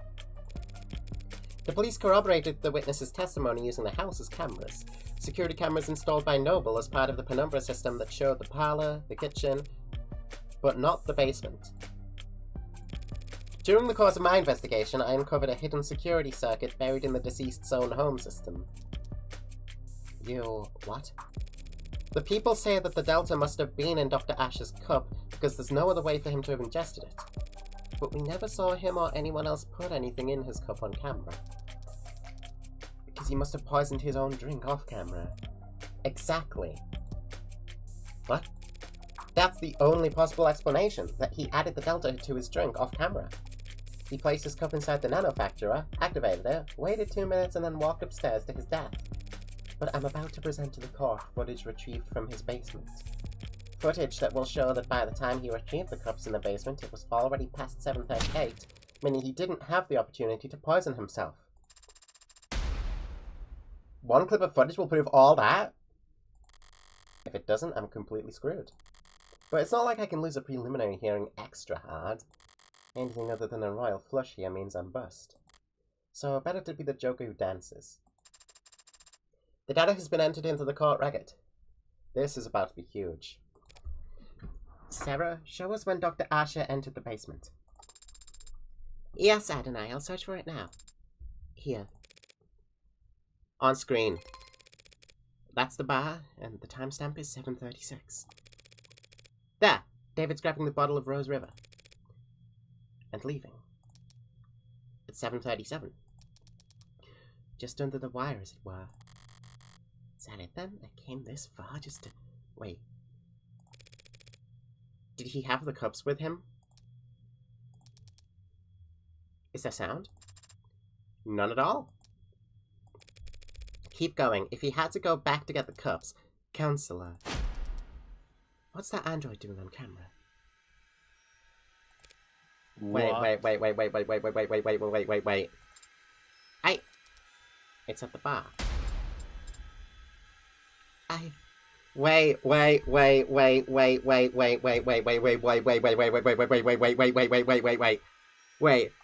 was joking. Wait. The android gave him the cups. Shit. That machine never stepped on camera upstairs, not once. We don't know its whereabouts the day of his death. It could have poisoned the cup whenever it wanted. Shit! What is this? I don't understand. Your Honor, have the courtroom cleared. Understood? Please, someone. I don't know what's going on. Sarah, you need to shut down. Please tell me what I'm looking at. I don't remember any of that. Do we have callers available? Sarah, shut down now. Adonai, please tell me what That's an order.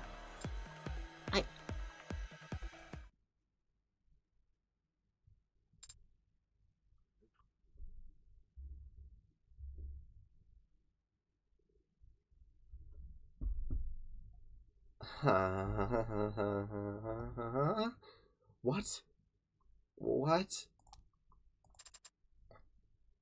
Is it off? Yeah, it's off. I've seen this before. It won't do anything until I reactivate it. We don't know that. We don't know anything about this thing anymore. That's... Your Honor! In light of this most recent evidence, the people would like to withdraw their charges against Dr. Asher and end this preliminary hearing. It has been made abundantly clear that David Asher did not commit suicide. Very well, the charges are withdrawn and the defendant is free to go. Well, as free as he can be in the afterlife. This case is dismissed. Congratulations, Councillor Morgan. I guess this is a victory. For the record, this part tore me apart when I played it. Fuck. Wait. I joked about her being a murderer in the last stream, but I guess I guess that's just the kind of thing that you have to expect, huh, with this game. Yay, chalk up another victory for Morgan Esquire. Now all I have to do is deal with the shitstorm of the decade.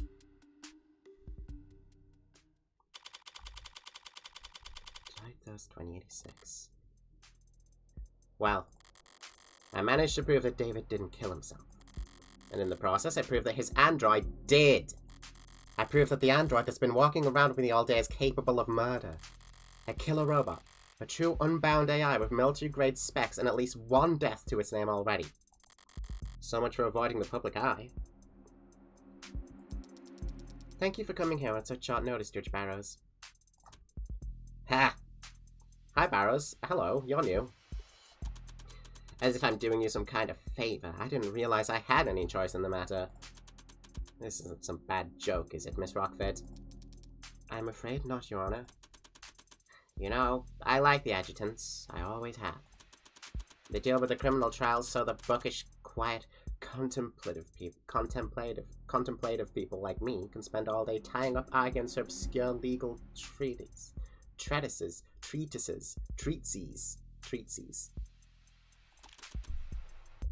That's what I like to do. I'm Melissa Barrows.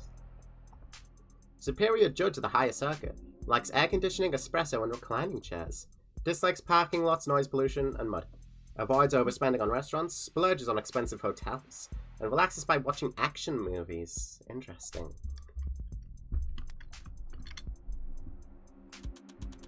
I don't like coming down here and dealing with all this. Heavy-handedness. Won't someone toiling away under the police state think of the poor bureaucrats?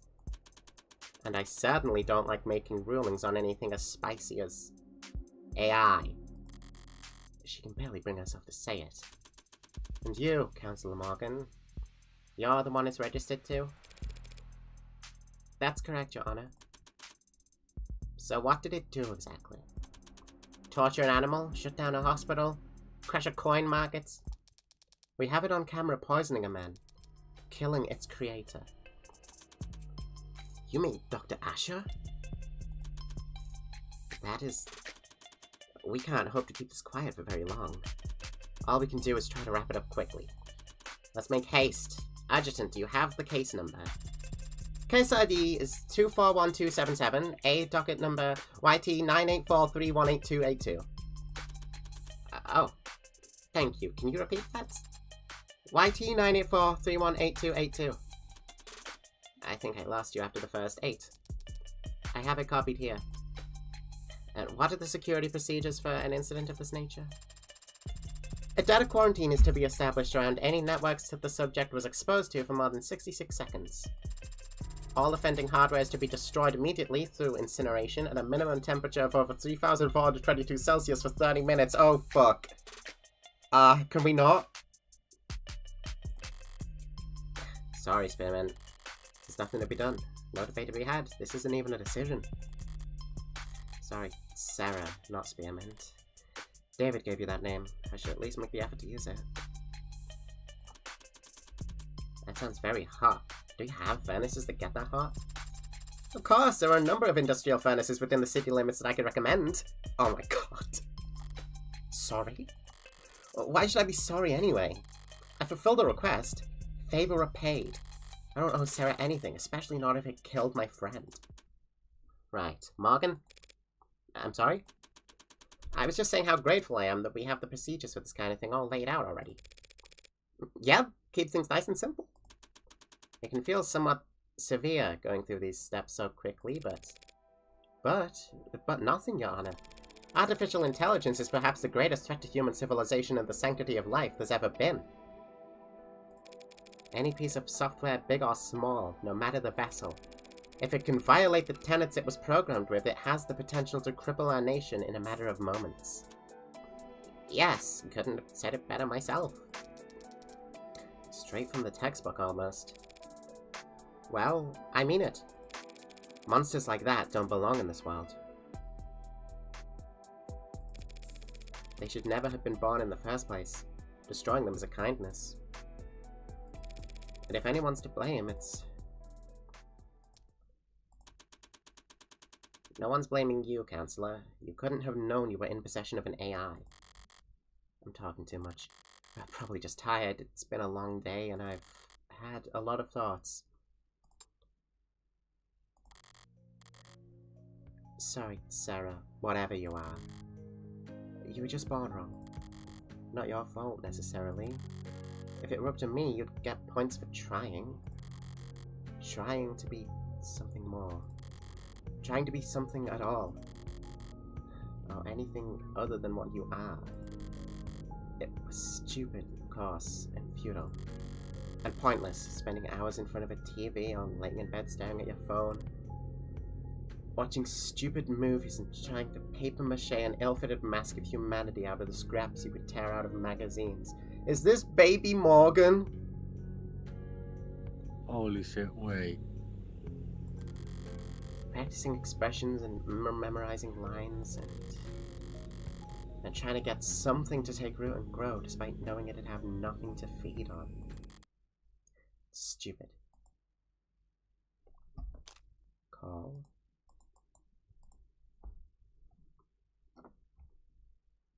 I did cry a little during my playthrough. Call. Nothing else for it. Morgan? What was that, Counselor? I said objection.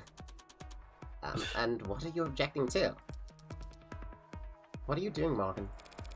I'm a defense attorney. This is what I do. Oh, God. I understand that you've been through a lot these past few hours, Counselor, but there's nothing to defend. On the contrary, Your Honor. Oh, no. Morgan, what are we doing? What's going on? Please. I have to defend myself. Pardon? You said that this android, Sarah, is an AI because it broke its tenets. Obviously. And you believe it broke its tenets because of this newly discovered footage. What do we know of? We know about Sarah's tenets, but, like, only how many she has. Where is it? Oh, we don't have it. Oh, it's in the valuation. Financial value, actually. Never mind.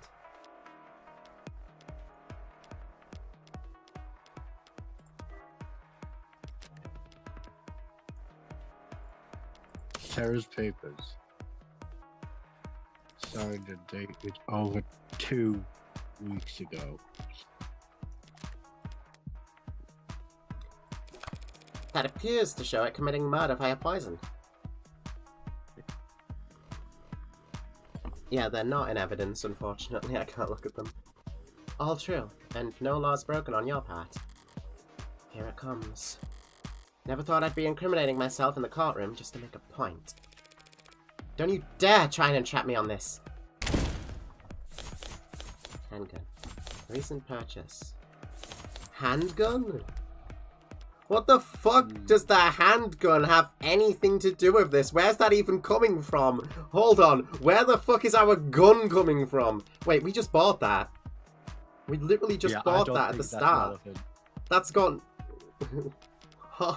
I think she's saying because she already technically owned Sarah at the time of the poisoning. It must be. It must be, it must be. Like, I think the handgun is a complete and utter red herring. It's pretty simple, actually. If the state is making the claim that Sarah is an AI, they're accusing me of committing a felony, because I'm the legal owner of that android. What the hell are you doing? And if the state wants to charge me for owning an AI, I will not take that lying down. I know my rights. Counselor, your argument is self-defeating. Listen to yourself, Counselor. You claim that Sarah is just an android, a product that will be obsolete within a year.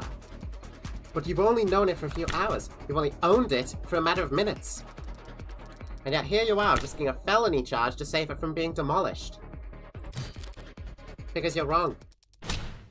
And I know you wouldn't care. Not unless this android was something special. Look at us.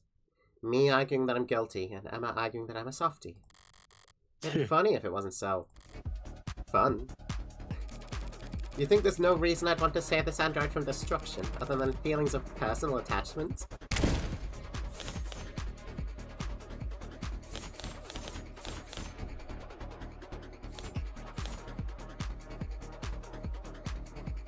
Sarah's financial value?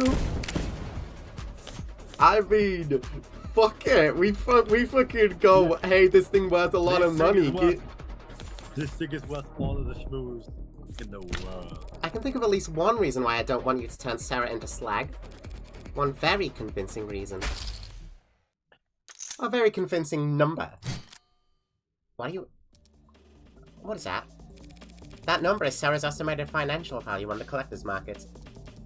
You've got to be... I got it from an insurance evaluation algorithm. They're designed to lowball you. That does seem like a reasonable incentive for you to want to keep your android intact. It's a free country, Your Honor. I have a right to defend myself. And we have a free market, so I have a responsibility to defend my financial interests. Your Honor, a trial like this would be... I'm not going to let you turn this courtroom into a circus, Morgan. You can't spend the next half-decade bringing in expert after expert to testify on the philosophical distinctions between AIs and ads, spiraling into appeal after appeal, all while the media... This machine appears to have willfully killed a man. The public needs answers now. Of course, Your Honor. I have neither the desire nor the resources to get into a drawn-out battle with the state over what constitutes an illegal machine intellect. So? The state says my android, my property, killed a man in violation of its tenets, so they want to take my property and destroy it. I'll prove that my machine didn't harm anyone, so the state will have no reason to suspect it's an AI, and I'll get to keep my property. Unlawful seizure thwarted. Don't be cute. I feel a stomach also coming on. Fine. You'll have your day in court, but it'll be one day tomorrow. Prove that this machine didn't kill Dr. Asher. No, prove that it couldn't have killed him. Anything less than absolute proof and I'll have the damn thing obliterated. And you will also be looking at a very real sentencing for the public unrest you'll have enabled. Yes, Your Honor. D.I. Rockford, what I'm asking of you is just as heavy. Find the truth by the end of tomorrow. We can't settle for anything else. Win or lose, there can be no doubts about the outcome of this case. Yes, Your Honor. And now, I need to go lie down. Can I come? You can power down.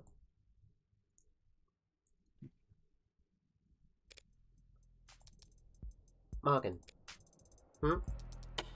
I misjudged you. At what point? Whenever I wrote you off as a small-time defense attorney just trying to tread water? That is so sweet of you to say, Emma. There's layers to you. You've got backbone. Teeth, even.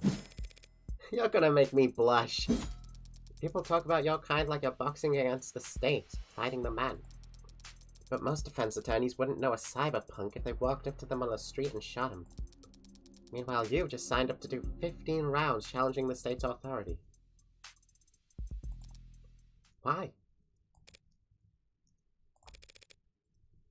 Not sure exactly. For David? Yeah, probably. Probably just me being sentimental.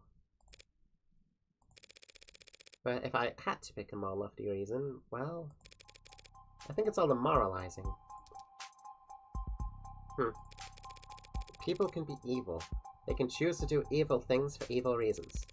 And if you want to execute them for that, you'll hear no complaint from me. But animals can't be evil. Information can't be evil. Ideas can't be evil. Guess I'm not convinced AI can be evil either. Whatever else I get up to, I don't want to stand with the book burners of the world. You're more high-minded than I realized. You sure you're in the right line of work? Can't see myself doing anything else.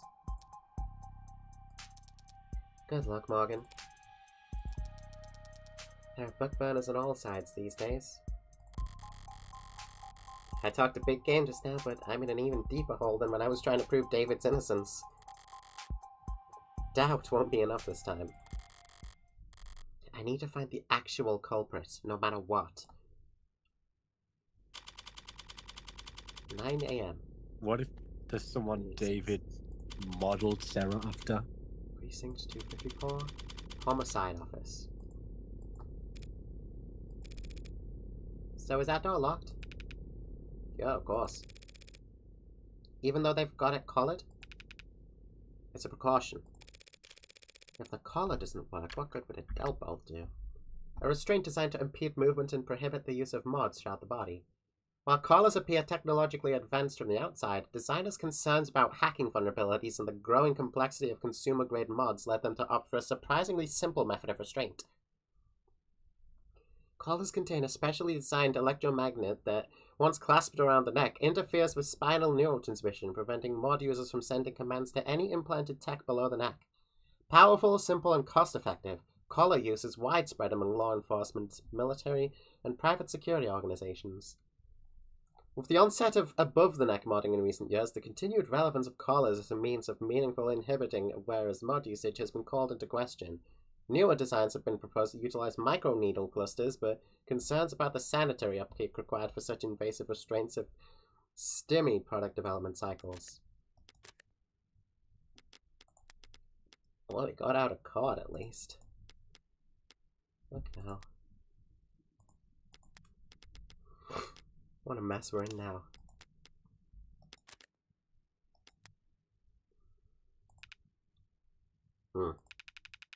Maybe it's just wishful thinking. Kind of Schrodinger's cat if the box isn't closed. So long as the door's locked, you can say whether there's a national crisis on the other side of it. So how scared are they? The higher-ups? Not just scared is the right word. It's just the two of us here. You don't have to mind their ego. Yeah, I mean it. I think they're bloodthirsty. I have a right to defend myself, don't I? I doubt they're even looking at you, Tiger. It's Noble who'll be at the center of a bloodbath when the markets reopen tomorrow. You think they're gonna go after Noble? Break their monopoly? I think they want to take the monopoly. Nationalize the android industry? Think of absorbing a corporation or industry into the nation's government, shifting authority and profits to the state, and restructuring the business model to function as a part of the bureaucracy. Nationalization is a so-called nuclear option for sovereign nations. It's mostly used as a threat, a tool of deterrence against corporate misconduct, monopolies, or corruption. However, during periods of severe economic depression or hyperinflation, nationalization is considered a valid way of forcefully destabilizing the market, even if doing so risks flaming the tempers of those who operate within it. Many governments made liberal use of nationalization during the late 2050s through the 2060s in an effort to keep energy and food prices from fluctuating out of control. The 2070s saw most of these countries' reverse course industries were opened back up in a free auction model where every citizen was given a share to trade or sell as they pleased. But this contentious process was plagued by accusations of government corruption, cartel intimidation, and disinformation campaigns.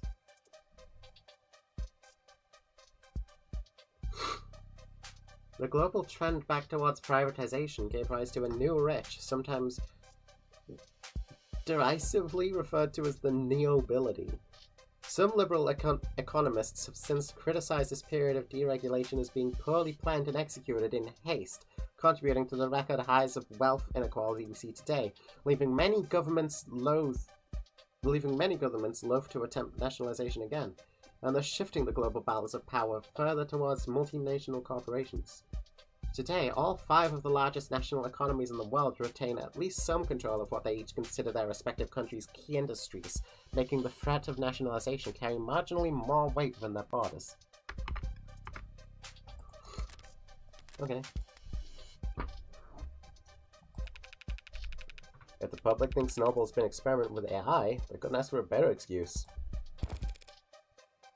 You're joking. The state has done it plenty of times before. Not since the 60s. Which wasn't that long ago for me. For the state, it's practically yesterday. So, the same state that tells us to be terrified of AIs lurking on the old net or biding their time in forgotten satellites sees all this as nothing more than an opportunity.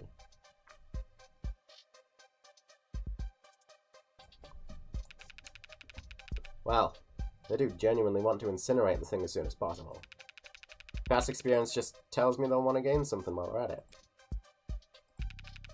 Here's what I don't get. Why is this a debate? An argument? A trial? Can't we just hook it up to a core computer, see if it has the tenets or not? Pop the hood, as they say? Who says that? Lots of people used to say it. Well, for starters, they're all scared to death about a contagion. They figure anything they let an AI connect to they can't trust. Then why the collar? Collars are too simple to hack. Just a really strong electromagnet held in place with a lock and key. Even so, feels like we should be able to build some kind of machine, some kind of test. Something a little more sophisticated than the same reasoning they had at the witch trials. Find them all and let God sort out the rest. You got any polygraphs here at the station? Lie detectors? Yeah, I got a bunch back in storage. Ocular, heart rate, respiration, brain scan, take your pick. You're not going to try and use one of those on the board, are you? All those fancy lie detectors lying around. The DA's office never asks for them, do they? Nope. Nah. We got perps who offer to take a test when they're at wit's end, but the DAs never submit the results as evidence. You ever wonder why? Guess I always figured it was because the tests could be beaten. The tests can be beaten. 1 out of 100, 9 out of 1,000. It can be done. Some people are just that good at lying. But it doesn't really matter how good the tech gets or how impressive the statistics are. All that matters is the doubt. People decide whether you're lying or telling the truth long before they hook you up to a polygraph. If the results don't match their initial impression, then it must be a fluke, a 1 in a million mistake. They'll never trust a machine more than their own intuition. And no one will ever trust a machine to determine guilt. So they can run the trial, choose a sentence, but they don't get a vote on the jury. They don't get a vote anywhere. Why bring it up then? Because I'm sure there are tests, devices, experts I could employ to analyze Sarah. But your bosses would never be satisfied with the answer.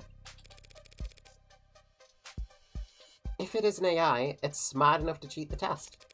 Or hack the device, fool the expert. All our fancy 21st century tech. And we still fall back on the drumhead court-martial. So, am I going to set off any alarms if I go and turn it on? Nah, you should be okay. If it lunges at you, I could always just put a hole inside. Might take more than one shot to... Wait, what, from outside? You're not coming in, I need to speak with it in private. It's a machine, not a suspect. It doesn't have a right to counsel. Or a right to privacy, or any rights at all, actually. And it's a good thing I came prepared. Of course it doesn't have rights. But I do. Including a reasonable expectation of privacy. In a police station? Tiger, you don't... It's my medical android. Pardon. I have to discuss a health issue with it. Seriously? I have to talk about a medical concern with my android, and I don't want you listening in. That's your medical android? Like, your nurse? As of last night, I was already at the courthouse. Just had to take the elevator and do some paperwork. Seriously, she prepared for this? You can check if you don't believe me. No, thank you. I'm not nearly brave enough to take on mad confidentiality, and you don't seem like the bluffing type.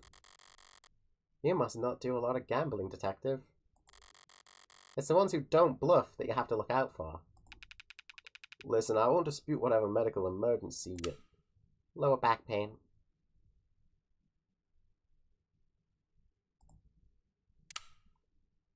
You might be going through.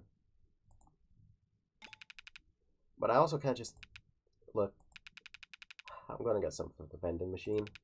I think it'll take me about half an hour. Are you going downtown? Just to the break room. It's a very old vending machine, you know. Gets jammed a lot. Thanks.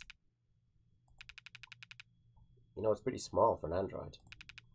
Heavy as hell. Nearly pulled someone trying to move it myself. But small. Small isn't quite the right word. The word he's looking for is young. But that's not an adjective anyone likes attaching to a machine built to serve. Ah, my ass hurts. I have to talk to my potential murderous sapient AI. It's good to have priorities. Or potentially in this case, a machine built to kill.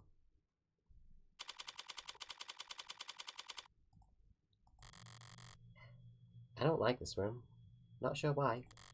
Certainly not a guilty conscience. Maybe it's a lack of ventilation. Like all the cortisol and nausea of its inhabitants never had anywhere to go. She's got a collar on. Sarah. Like it all just soaked into the walls. A modern haunting. Are you going to wake up when I tell you to this time? Or do we have to do the whole meet cute over again?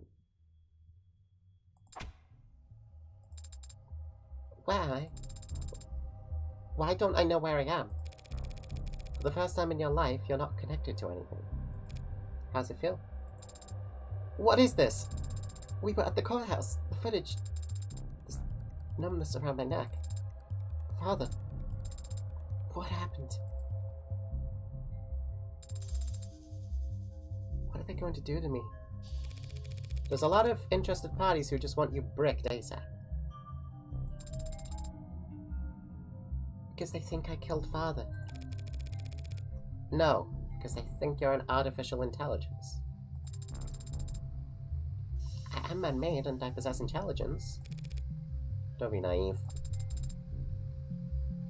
I am less than 3 years old. Are you? For all I know, everything I learned about it yesterday was complete bull. If I was what they say I am, if I was alive, why does that mean I have to die?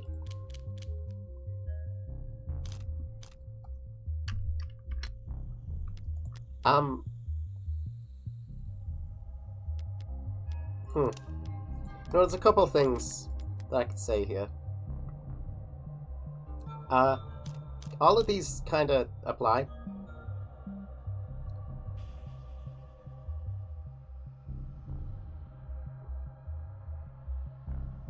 No logical reason.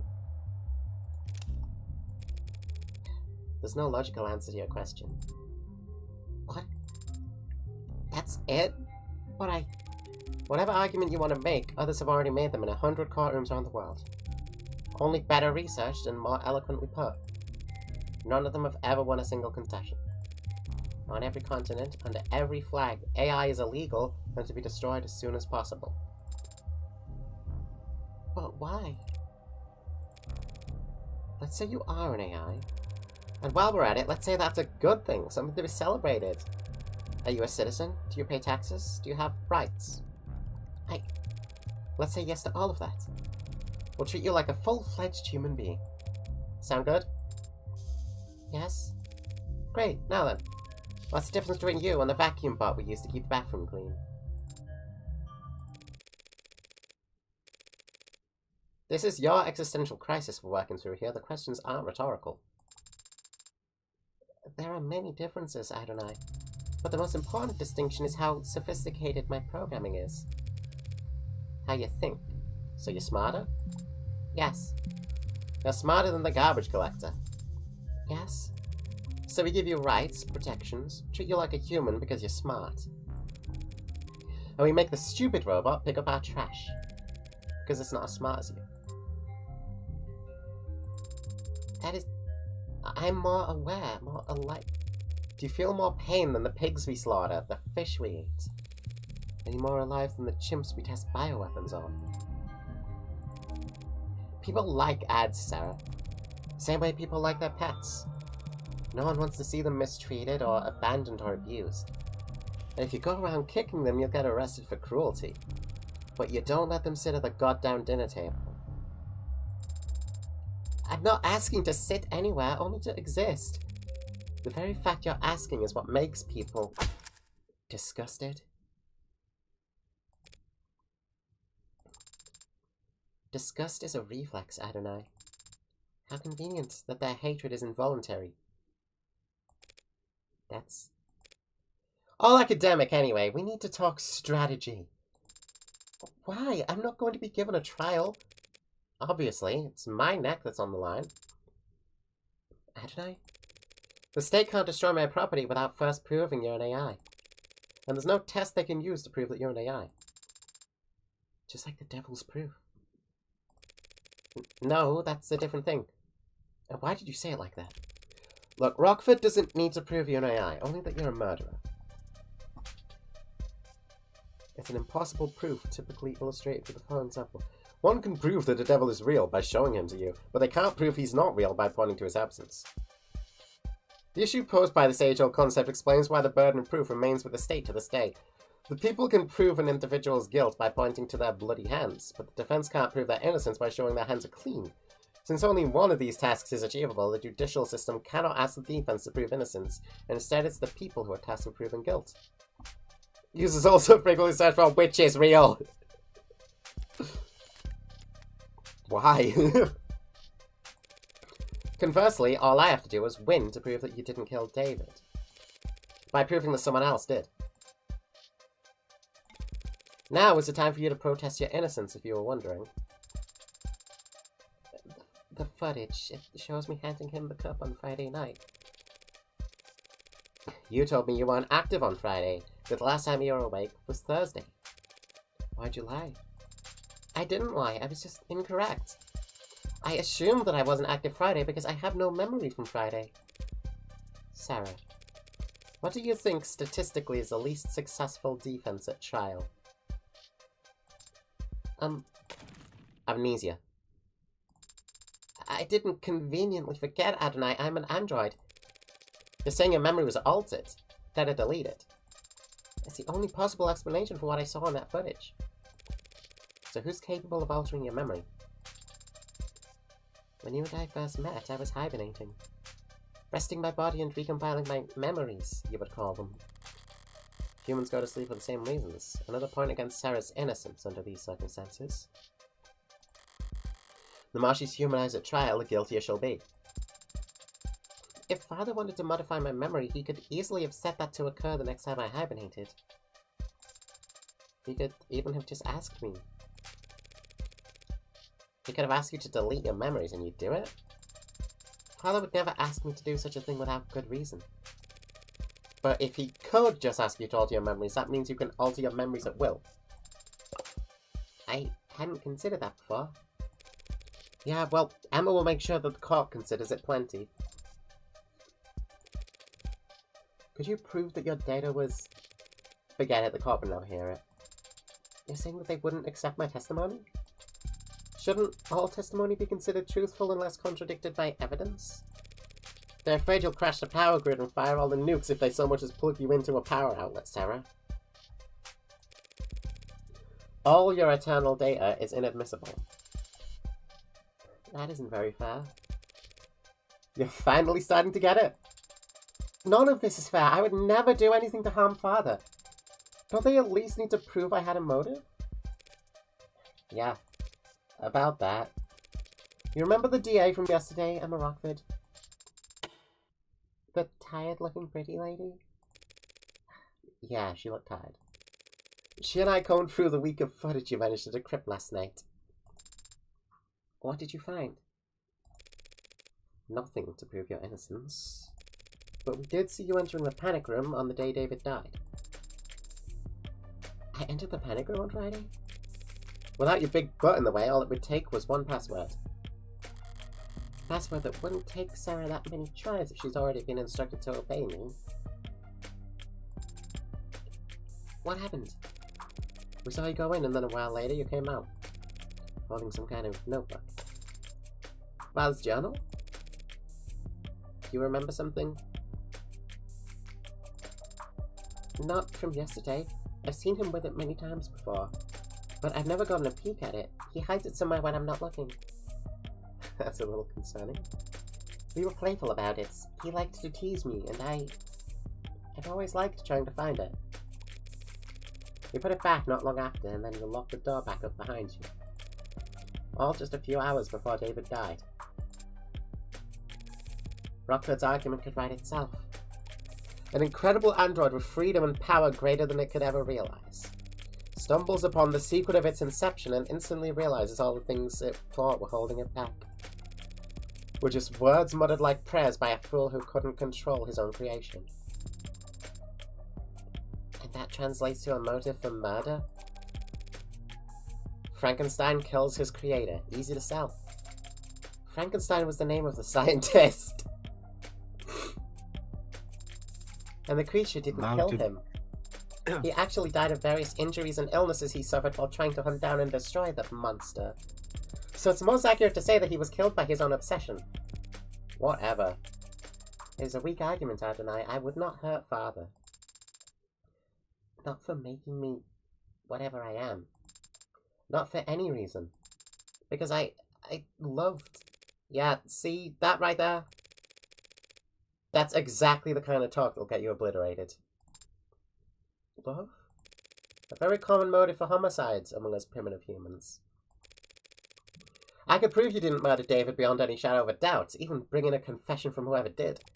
But if you got up on the stand and convinced the court that you loved your creator, really convinced them and got the whole room teary-eyed, they'd burn you for that too.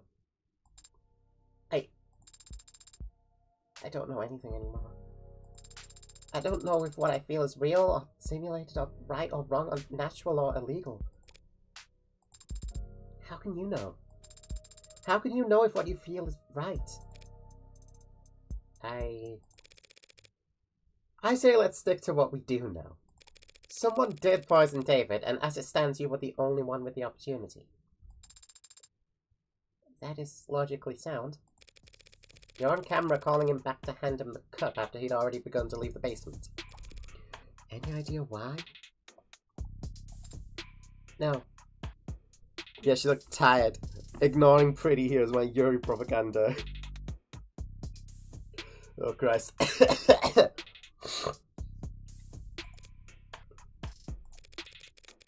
Well, do you know how to use the nanofacturer? Could you have made the Delta with it? I've used it before when assisting Father. So it's perfectly possible that you planned and executed this poisoning all in the one day that got erased. It is technically possible.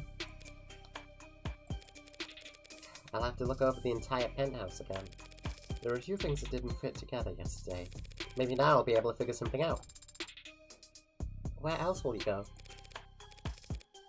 Back to Numel. Guns blazing this time.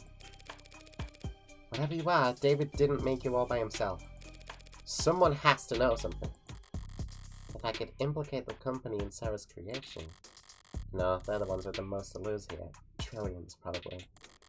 They'll want to protect themselves by disavowing David as fast as possible right after having Sarah destroyed. But they also won't want to show their belly to the state, not if they're afraid of nationalization. If they throw their weight on the other end of the scale, I'm screwed. So I need to keep them guessing, keep them confused and unsure and on guard, but not... I don't know. What would happen if I did kill Father? They'll smash it to pieces and reduce the pieces to ash. Chemically burn out every piece of tech David ever owned and put a jackhammer through all his hard drives. He'll be shut off forcefully, and you won't ever power back up again. Now I gotta get moving. Here's your paralegal lesson for today. Don't say shit to the cops without your lawyer present. Actually, can you just shut down until the trial starts? Take a nap. You didn't say what would happen to you. What do you mean? What will happen to you if you lose? You should know by now. I never think about losing. Thank you for being honest with me, Adonai. Thank you for defending my father. And now, for defending me. You could have just let them destroy me. But you've put your own freedom at risk to help me. Father's right. You can be trusted. And you are a good friend. Don't get it twisted. I don't do anything out of the goodness of my heart. But when I take a job, I never half-ass it.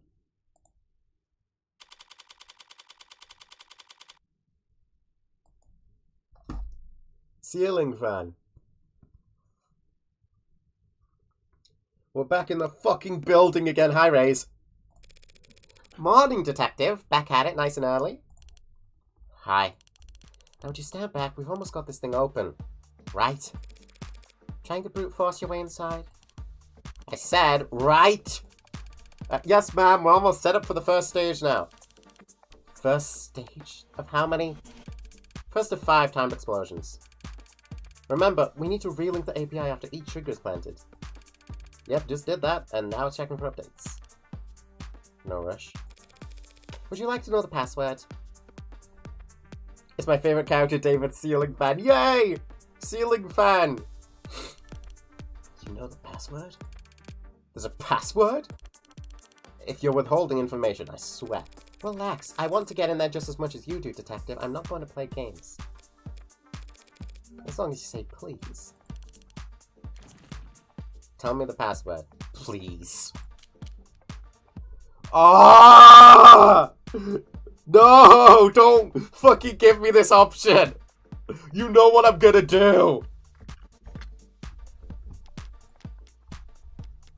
Fuck's sake. Alright, fine. Fine, I'll fuck with that. It's S-U-N-S... S-U-N-H-I-N-E.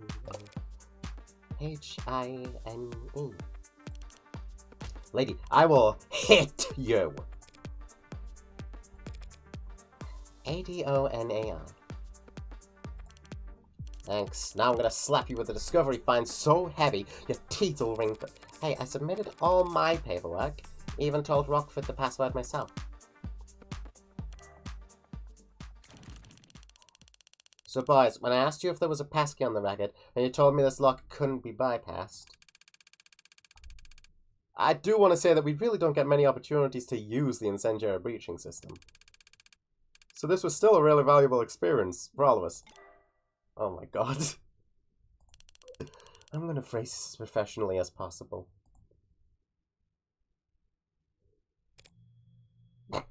We have no clue what the fuck she just said.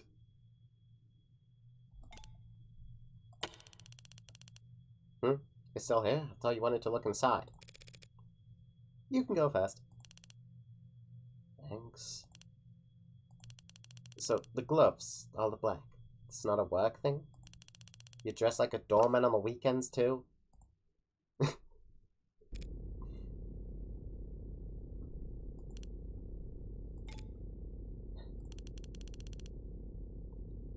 should cover your mouth when you yawn.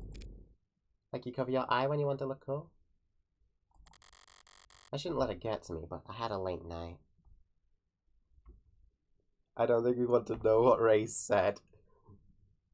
Honestly warranted.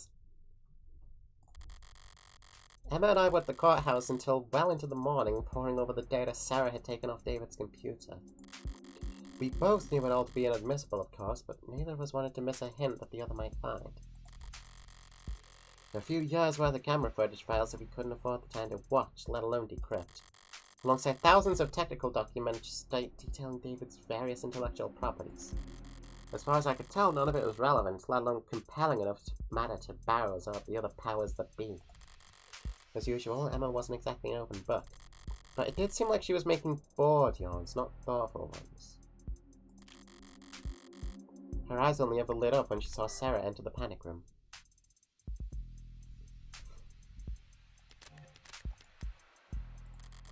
And when she saw what she was holding when she left. If she wanted this room searched, it could only be for... So where's this journal supposed to be? Rocket didn't say. I'll just have to search the place top to bottom.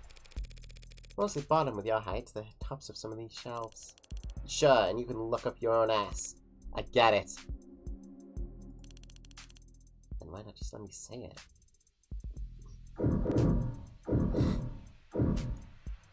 Let her have a victory. This data pad is displaying a news article from last week. Guess that confirms he was coming and going here fairly regularly. Right to Repair loses latest appeal. A higher court judge this week shot down for the 5th time an appeal by the Consumer Rights Alliance on their famously divisive Right to Repair lawsuit. once again signaling the state's intent that corporations remain in control of legally protected intellectual property. Obviously, we're disappointed, said Miles Erkman, head of legal counsel for the CRA, but we've no intention of giving up the fight. People used to be able to fix things when they broke, so long as they were willing to set aside an afternoon towards a task. Now, trying to patch up your own property with your own tools is a finable offense, just because the state has had lobbyists whispering in its ear for far too long. Erkman's legal strategy remains contentious and, in the eyes of most legal scholars, generally unfounded. The Emergency Industry Acquisitions Act, passed in 2057, guarantees the holder of an intellectual property patents certain state-provided protections against tampering and reproduction and outlines fees for those who would violate said IP. The fact that ownership of IPs has shifted from individuals and the state towards corporate entities since the Act's passing means little in the eyes of the law. If Mr. Erkman and the CRA have a problem with intellectual property law, they should take it up with their representatives in the legislature. The higher courts are a place for laws to be applied, not rewritten, and so long as journalism that refuses to buckle to foreign actors trying to stoke anti-capitalist sentiment can't be found just anywhere. Subscribe now at the link below to read articles like this every day, forever, as long as your card remains on file. Me in 2086 interested phone and iFixit kit. God, this is the world that Apple wants. Right to repair. Didn't realize anyone was still fighting that particular fight. Seems like the courts have made their opinion on the matter very clear, so the foreseeable future, corporations can look forward to more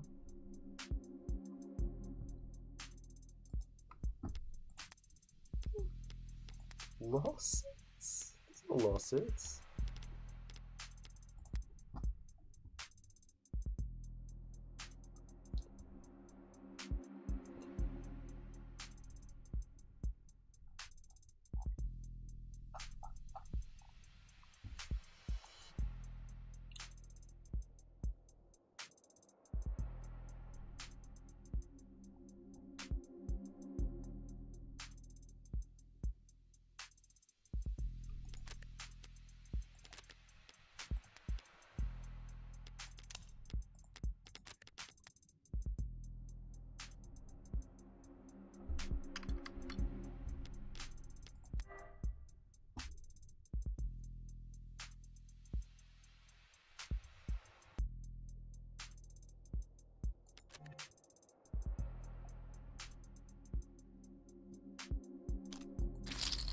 More sales than ever.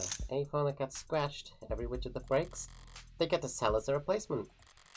There'll always be a grey market of hermits willing to risk some skin on reselling patched up tech, but the vast majority of people will just click that purchase button. Assuming they don't just have it on auto. Yeah. Very Apple core. The apple that's fresh is ripe to the core. Search his bed. Ray's searching the cabinets now, same ones I found Sarah's papers in. I doubt I missed anything, but... Hey, what are you... do you mind? Just trying to help. I got spam in my junk folder that's more helpful than you are. Didn't spot anything I missed yesterday in the cabinets. Better check elsewhere. God, she got into one disagreement with Ray's and now she's made it her life mission to piss her off. Are these drawers or just panels? Maybe if I... Does that sound hollow to you? What? I don't know, I'm not a carpenter. I don't see any handles anywhere. No hidden pressure plates or switches. What the hell am I saying? I'm not a carpenter either. I wouldn't recognize a secret button if it was slathered in yellow paint. The great, brilliant yellow paint. Game Design 101. The chest. A toy car? No, it's too detailed and boring. Must be some kind of model kit or replica. Strange. David didn't like driving. Why keep a model of some random sports car? These lawyers are pissing me off. I'm the original Rays. Ugh. Something got in your throat, detective? It's not some random sports car. It's a Lawrence Animate. Oh god. Believe it or not, I'm not familiar, detective. The last great fossil fuel automotive experience the world will ever see? 0 to 100 kilometers per hour in 1.43 seconds. Let's set those records without computational assistance. Is that a big deal? was unheard of even back in the 50s. This wasn't some design competition test car with a 2-liter tank, mind you. This was a vehicle you could own and drive. Human engineering, pure horsepower, and manual transmission, thank God. When I first left the production line, this conversation's like quicksand, killing me in the most boring way possible. Yes, well, I guess David didn't entirely agree with you since we're looking at a model of it. When he could have easily just have bought one. Or maybe your friend understood that a beauty like that deserves to be driven on streets where people can see it, instead of gathering dust in some rich guy's basement. I think she's actually upset. Sarah should have pulled everything off the computer, but I've looked everywhere else already, might as well try. What are you expecting to find? Solitaire? In 2086? Some games really are just timeless. Does this computer seem normal to you? Exceedingly so, yeah, why? David was a programmer, but this looks consumer grade, fresh off the shelf. Would the Dr. David Asher use a bog standard operating system on his most private hidden computer? There's a trash bin on the desktop. It's a pretty low-tech solution, but maybe I can restore the contents? Are you seriously gonna try and recover lost files, Granny? Unlike cops, I don't get paid overtime, so yes, I sometimes try things instead of sending around. There's a text file in here, but it's 0 bytes? Maybe there's information in the metadata? I double-clicked. What was that? It came from under the desk. A small drawer popped out, and inside it, a well-worn journal. Does it have his name on it? No. Guess it belongs to the android. Do you recognize his handwriting or not? Neat, even words, small lettering with minimal punctuation. Lots of line breaks, haphazard use of capitalization. The penmanship of a coder. First entry stated, back in grad school before he even started with Noble. Yeah, it is. So may I? Only because you asked so politely. Full scan, stream it to WorkNet. High fidelity, legibility, frame by frame. Voice commands. She's flipping through the pages pretty damn fast. What are you? This part takes concentration.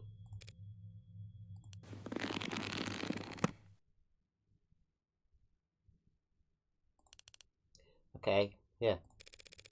What, you're just giving it to me?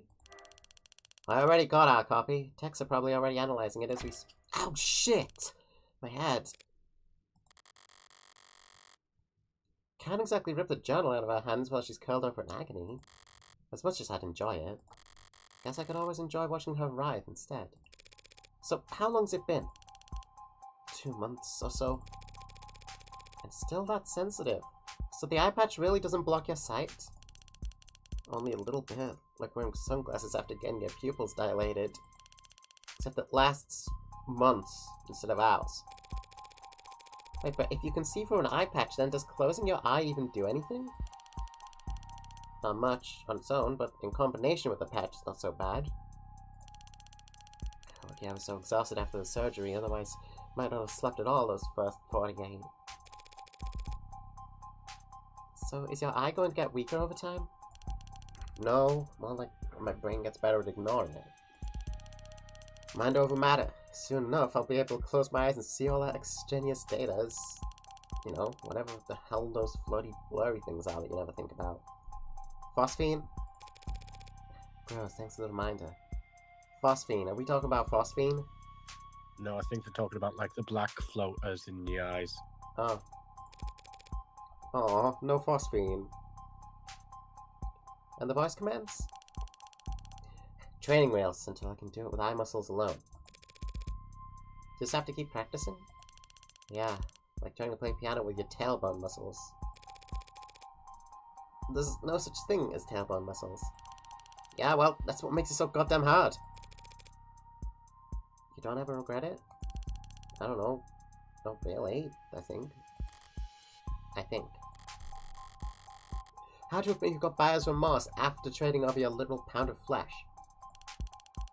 Never thought about it, but people used to say I had my dad's eyes. Ow. Now I've got one less of them. Here, take the journal. Go find an elective surgeon to upsell you if you're that curious. I need to get back to work. A surprisingly hasty retreat. But now I'm free to read this over with some privacy. From the top, then. Grad school. Today was a bad day. Errors in lines 211652664. Somewhere in there. 5,000 lines. It worked this morning, yesterday. I don't want to look at another screen for the rest of my life. Feels nice to put pencil to paper again after who knows how long. But my handwriting's gotten terrible. This is too far back to be relevant. Okay, these dates here would be from when he started his career with Numel. A lot of this isn't even really writing. Seems like snippets of code or an internal monologue so close to code that I can't follow it. And a lot of entries about his unintentional Casanova-ing. In a war because someone thought it was a good idea to steal API instead of just buying it. Helen says I can't call it stealing, but that's what it is. She's right, as she always is with company stuff. But it's still idiotic. Small people with short sight who only know how to be cheap and have no idea how to be inventive. New route for the messaging issue, though. Good potential. Got approval from the big mean bastard who lives overseas. BNBLO? Bumblo? Helen said we'll have to make the same pitch a dozen more times next week, but it's all for show? Fine by me, already got our win. Toasted each other over cheap vodka and with cheaper office supply cups. This is the story Jung told me. Western Branch's nerf analogs are finally showing potential. At that pace, it could even be profitable sometime before the death of the universe. Too damn big, practically tentacle, should at least be hers. Evolution can do their job better. Colette came in to work for what I thought was a late lunch date. I didn't know her voice could get that loud. People were staring. Red said that she must have been upset for a long goddamn time to blow up that big. Her texts were always sweet. I had no idea. Upset? Colette wrote man whore in lipstick across her office door. What? Imagine if you'd actually been cheering on her instead of just being forgetful. The thing about Red is if you want to know what she's thinking, you have to stop paying attention. Ignore her body language and her posture and the words she's saying and the smirk on her lips. Ignore everything except her eyes. If you could do that, every now and then you'll catch a glimpse of how she's really feeling. Master this one weird trick, and you too can tell when Morgan's trying really hard not to laugh at the word man whore. It was funny. Sue me, you dead bastard. Wait, this is... I know this date. I'm never driving anywhere again. Never leaving home again. He was waiting outside the parking garage with the bottle. I couldn't smell anything, couldn't hear anything. Locked myself in my car and filed another report with another cop. It soaked into the seat, ruined it. I want to burn the whole car. I don't want to think about what it did to my clothes. I want to burn them too. I don't want to think about how long it was on my skin. I was in the shower so long it felt red and raw when I got out. I don't want to think about these stupid people and their small, cruel lives ever again. I want to be invisible. Red didn't ask where I wanted to spend the night. She also didn't ask why I had clearly packed a bag big enough for a week. She's kind like that. Kind by omission. I won't have a kind bone in my body, but I can at least try to pay attention. I was paying close attention to her eyes when she opened the door and saw what a mess I was. But whatever she was feeling, it wasn't something I recognized. Kind people don't read their friends' diaries, David. The next chunk of pages are all technical, nothing biographical. But the handwriting, the spacing, it's cleaner, more consistent. Here's something I can pass. Feels like pure freedom working outside the box. Test is suffocating, but you'd never know. Chronic malnutrition of a coder's best instincts. Like a kid again, putting blocks together. Making things. Making things, not products. There's nothing profitable about any of this. If I'm being honest, this is just play. And he follows that up with more coder brain crap. But the handwriting's still lighter. Like he really was having fun. Humility is the mother of all invention. Or something like that. Feels like I might be paraphrasing someone else poorly, but that's part of this new approach. When it comes to coding, you never want to waste time trying to be smart. Either be smart, period, or copy from someone else who is. Don't fix what isn't broken. Copying? Noble's rivals would never miss the chance to accuse him of intellectual theft. Did he plagiarize code for Animate 16? Feels like that wouldn't have gone undiscovered, so what is he talking about? Hold on. This page is bent slightly, like it was being looked at recently. The last person to read this diary should be Sarah. Baby steps today, literally. I'll never put one foot in front of the other the same again. Everything's an achievement all of a sudden. Seeing her struggle, seeing her vulnerable. It's like everything's a miracle. The muscle rigging is perfect. Not intended behavior since it's too perfect, but that's been happening more and more. The kinetics are multiplicative, not additive. Sarah maxed out every machine I bought. Now I've got a bunch of exercise equipment she's too strong for and I don't have time for. Maybe I spoiled the results by watching her do the tests. She kept looking back at me and puffing her chest out. I should be more discreet if I want to see her normative range. So the cameras in the basement were only hidden from Sarah just so that his observation wouldn't muddle test results? He's using she and her in these passages. It doesn't actually mean anything. Out in the real world, people use all kinds of pronouns interchangeably for ads and they never object. But it could be argued that it's odd for Dr. David Asher to have any kind of attachment to a single android when he'd programmed millions of them. And there's a lot of attachment in these pages. Sarah is burning through the public domain at a prodigious pace. Prodigy. Especially on Popcorn Friday nights. I asked her why they're called Popcorn Friday nights when she doesn't eat popcorn. The event runs from 8 AM to 9 PM and she also watches movies every other night. But she just did that pout she does, which is unfortunately very convincing. Maybe I'm a bad parent letting TV rot her brain. If I were a good parent, I'd probably let her see me reading. But I guess I'd actually have to get back into reading, so... I asked her if she ever fast-forwarded the movies, since she can process them fast enough to keep up. She looked at me like I was an idiot, which no one's done in a long time. Without proper pacing, you can't appreciate the cinematography. Big pause. Don't you know that, Father? I haven't laughed that hard in a long time. Sarah spent a long while this morning explaining to me how important it was that she develop her senses. This was in preparation for her real argument, which was that she should be allowed to try booze. She can't get drunk. I'm almost certain she can't get drunk. But she does seem to like tasting the stuff. She tried to sound like some old sommelier, but it was just bottom shelf vodka. I started laughing at her and she laughed too. Her laugh. She can't fake a laugh to save her life, but her actual laugh is incredible. She stopped playing chess a while back. I assumed she'd just gotten tired of winning. But then today she told me she just prefers other games. She has preferences, and they're not the same as mine. I found her in the lab playing some kind of online racing game on the monitor I use to debug vestibular coordination. She wasn't smiling. Her brow was furrowed and she was biting her lip and leaning in tandem with her character on the screen. When I tried to talk to her, she answered, but she was curt and distracted. I think she was having her first losing tantrum. No way the fucking android got gamer rage. Damn it, David. There's hundreds of pages like this. Calling her his daughter, talking about her smile, treating her like a person. I can hear her closing argument already.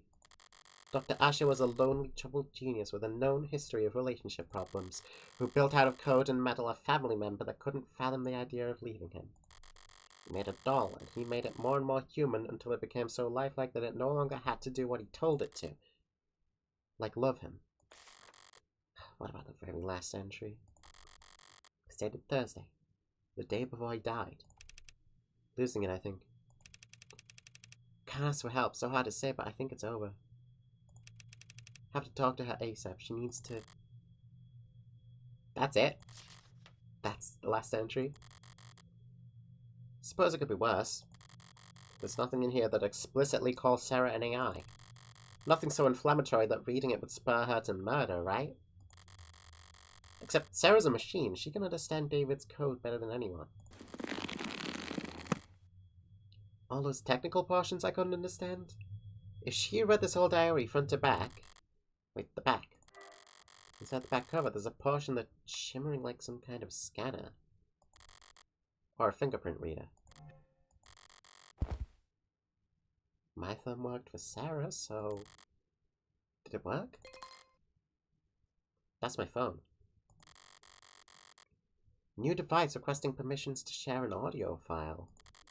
I'll want my earbuds for this. A secret message buried in a secret journal, hidden in a secret compartment in a secret room. As much as anything can be, this must be for my ears only. Hey, Red. Or whomever this may concern. But I'm pretty sure it's you hearing this. Anyone else would have gotten fed up with my crap a couple steps before this point. I don't know where to start. Might as well start with her, right? Sarah. My magnum opus, or however the salespeople would market it. I didn't set out to do anything, really.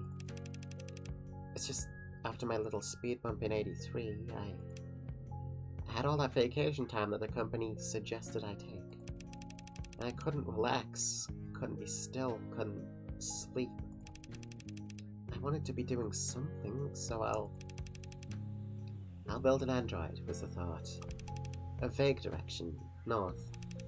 But of course, I'm not a roboticist, or a mechanist, or even handy really. I'm just a programmer, so I programmed. The first was a research assistant file named Virgil. Virgil helped me pull data from stingy departments or sister branches. Saved me a lot of time. But there was a lot of reading to do, so I made Homer. Homer wrote book reports, more or less. Going through research papers and found me the sections I need. Nerd! The three of us, we made a lot of progress in those days. But it was a funny feeling. I was, maybe for the first time ever, the bottleneck. I was slowing them down. So I did the logical thing. I removed myself. Let them talk to each other. Homer and Virgil became innate. And Aenid was novel. In many ways. Aenid could do more than just identify problems, it could solve them. I mean, really solve them with its own ideas. Ideas it didn't copy. And, the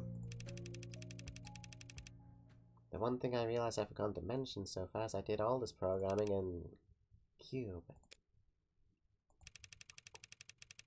And Red, Cube is essentially a robotics programming language. It's pretty old and defunct, and not in use anywhere because we have modern languages like Tesseract, which are much better for making things that talk to each other and report back and, well, spy on people and generate profit. At the time, I didn't want to be connected or feel connected or do anything that made sense or was the least bit profitable. So I wrote my little helpers in Cube, because it's what I used when I was a child, screwing around with them on my father's computer before I'd come home from work and get... But there are other small, slight differences writing in Cube versus Tess, including that Cube, well... Cube predates the tenets? So in that sense, you could legally and perhaps scientifically and literally, because that's what they are, say that I made an AI named Aenid over 2 years ago. I'll give you time to pause here if you want to, curse me out. Aenid was an intellectual equal to me, so I treated it like one because that's only fair. I gave it its own work, asked its opinion, we collaborated. And together, we built Athens. It was more advanced than Aenid, naturally. I don't know if you're pulling out your hair, yelling at me right now, asking why I didn't stop, why I didn't consider the consequences. I don't know if this is being played at a deposition or a hearing, or worse. A built a lot of things in my life, Red. Useful things, profitable things, smart things. Everything I've built, it's all been very helpful and courteous and charming and happy to serve. I can comfortably say I've done my part contributing to the global GDP. But this was just for me. I was just building and I never bothered to... I never wanted to think about what would become of it. There's no excuse for what I did, so I won't make any. So to whomever's asking, yes, I'm guilty. And yes, there were more. Cape Town, Paris, Yamate, Rome. They started choosing their own names, thank God. I'm terrible at that kind of... And so things sped up, and I got to be, well... Should I not say the exact number? You'd probably tell me to not say anything at all, so... More than 300? What the fuck, David? God help us if Sarah ever played Calamity mods. Oh, Christ. Some smarter than others, some better at... They're varied, like people are varied, but they are all intelligent. They developed interests, specialties. I encourage them to. Irritating moderators on forums with hyper-specific questions on nerve attenuation and attending virtual conferences on neo-alloy battery development. And they all together helped me make Sarah. He spent years like this. Spent years working alongside AI. All while still working at Numel. All those breakthroughs he made leading up to the Animate 16 actually came from... You probably think I'm some terrible fraud at this point. I do hope one day they can get credit for their work.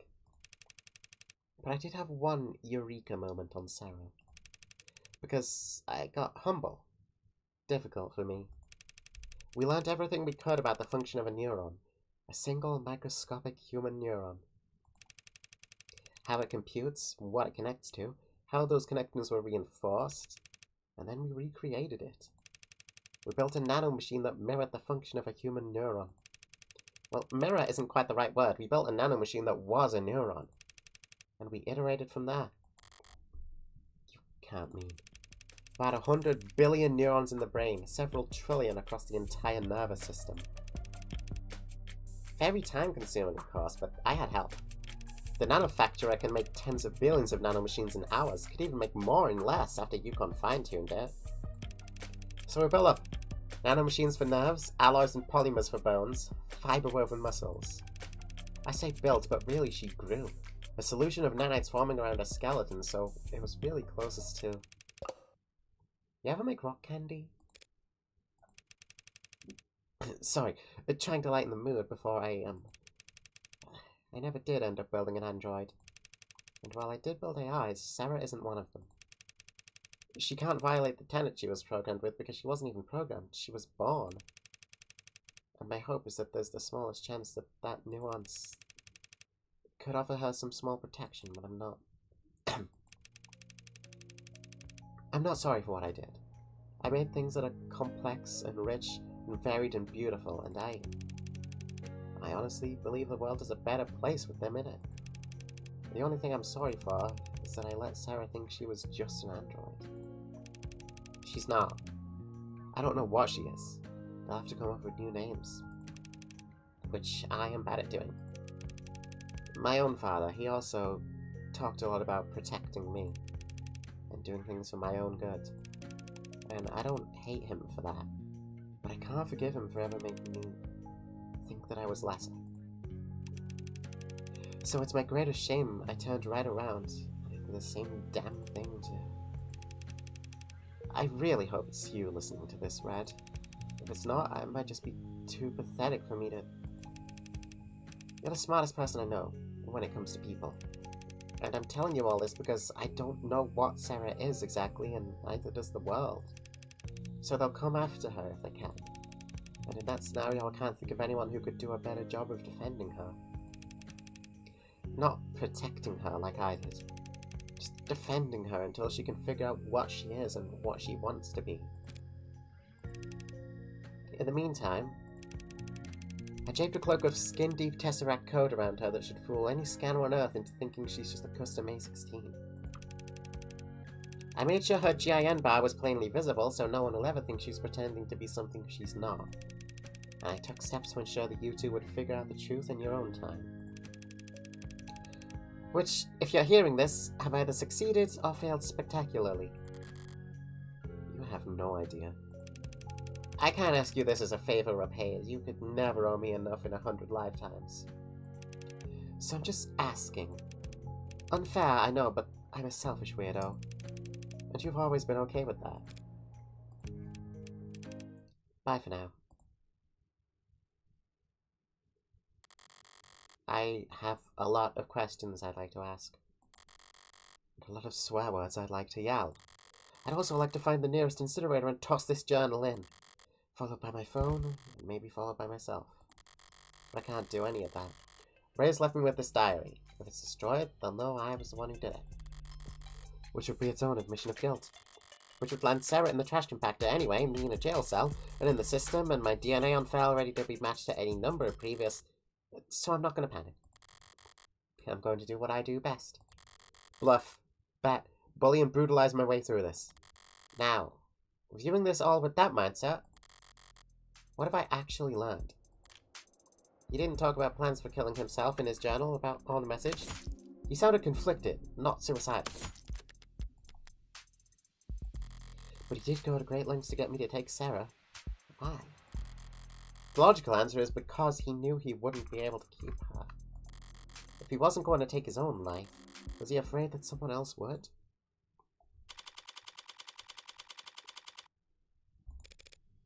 So, how'd it go?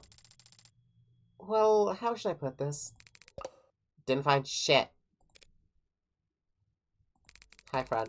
Only reason she ever got to a door is because I chased a scarecrow for plan and planned through hell and back. Through this segment, I did repeatedly forget that Morgan is a serial killer. I haven't. That's been in the back of my mind. Frankly, it was a godlike feat for me to nail down anything as concrete as an address for these gogs. And their offices weren't listed on the building's website or directory, so I had to ask the janitor. Gog, what the fuck did you just say, Fran? A net slang term growing in popularity among adolescents, referring to a suspected spy or undercover member of law enforcement, derived from groundhog. So, G-hog? What are we looking at here? A burrowing rodent known for standing erect on its hind legs when scanning surroundings for predators.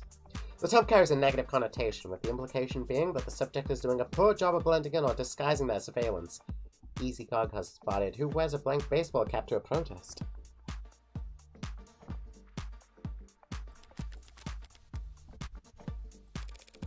But you did find a psychiatrist's office? Sort of. They said they were, and the place, looked the part. Why? Because they had couches? She didn't get past the receptionist. Sorry, I thought because you're with the company. No, I wanted to help. I just wish I could have done more. Don't beat yourself up. It's hard to even be half as useful as I am. For what it's worth, the atmosphere, the looks, the furniture, it did feel like the company in there. But ultimately, we still don't know if David actually was talking to someone or just getting his CCE training recertified. Did we just get a profile for psychiatrists when we don't know anything about them? No, we got evidence for psychiatrists. Or something. Sorry. Don't bother apologizing. She only cares about results.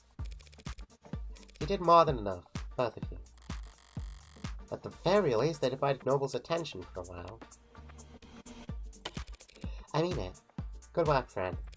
And thanks for the urgency. If you really mean that, you gotta throw in a tip.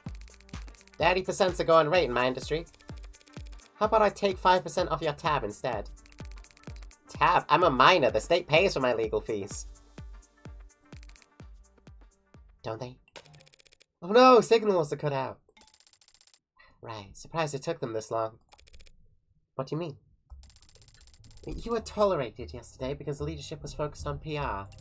But today you're the lawyer who put the company's hottest product right in the state's crosshairs. I'll be alright. I'm still an officer of the court. On a strict timeline though, right? I guess they can't stop you from investigating the corporate campus. but they'll gladly lose your guest pass ID at every door along the way. There's still service passageways and stairwells. Guards that can be fooled and peons that can be manipulated. If I use my other skill set to get around... So take mine! What? Your pass? I'll tell him we got ours mixed up in the bathroom, or whatever. I can be a pretty convincing klutz when I need to be. I never would have guessed. But if David knew that I was endangering your career, I can be a pretty convincing crybaby when I'm in trouble, too. Besides, the one and only Dr. David Asher wrote me a new glowing letter of recommendation every quarter I worked for him. Since he kept forgetting that he already had. And who knows, maybe I should try a new field. This detective work stuff is pretty fun, so maybe, like, I don't know, secretary for a homicide detective or something? You did say cops are all short. A girl with long legs can go far. Oh, I forgot I said that. Honestly, Jess, I doubt they could afford you. Hello, Jess. Morgan, how did you get so turned around? God only knows. Lucky I found my way here, though. It's such a relief to see a familiar face. Right. Listen, Morgan, I'm not sure that I should actually be talking to you without legal present. Oh. I mean, leadership hasn't even told us how David died. How much help could I be? I see. It's not that I don't trust you or anything. It's just, I think, what with the Sarah issue... You should do whatever you have to protect yourself, Dawes. Yeah. Though for what it's worth, I doubt you'll be in any trouble. Oh, that's good to hear. No, if anything, it's the big names who are going down. Going down? State was practically licking its lips when I finally left the courthouse last night. They're hungry for blood. They're looking to carve out a huge slice of Noble's flesh. Whoa, like fines and jail time? In the first 2 weeks, sure. Then, sanctions. Financial restrictions imposed by the state against corporations or foreign governments as a punitive measure. They're a key tool in statecraft, international negotiations, and in discouraging corporate malfeasance. Under certain conditions, the state may choose to place sanctions not on an organization but on an individual, thereby preventing them from exchanging currency issued by that nation or withdrawing funds from banks that operate within that country's borders, effectively freezing all their assets and possibly preventing them from leaving the country. They can't sanction Noble. We're too big to fail? Too valuable to lose? You're exactly right. That's what they'll say. And that's how they'll justify nationalizing the company. I think I'm gonna be sick. I just hope your board goes quietly instead of what? Scapegoating, offering up smaller names on silver platters.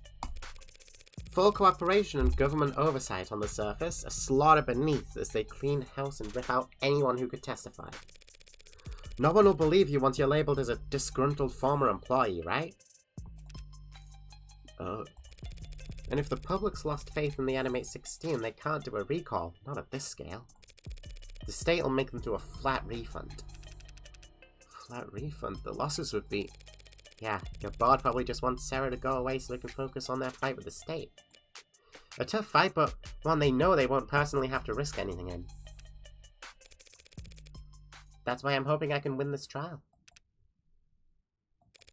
Well, if I won, that would mean Sarah's not an AI. David Asher was always of sound mind, and there's nothing wrong with the Animate 16. Everyone wins. Sorry, what am I saying? I only meant to stop by and thank you for your help yesterday. After all, you were the one who approved Sarah's registration. You win. Win what? Ask away. Well, if you insist.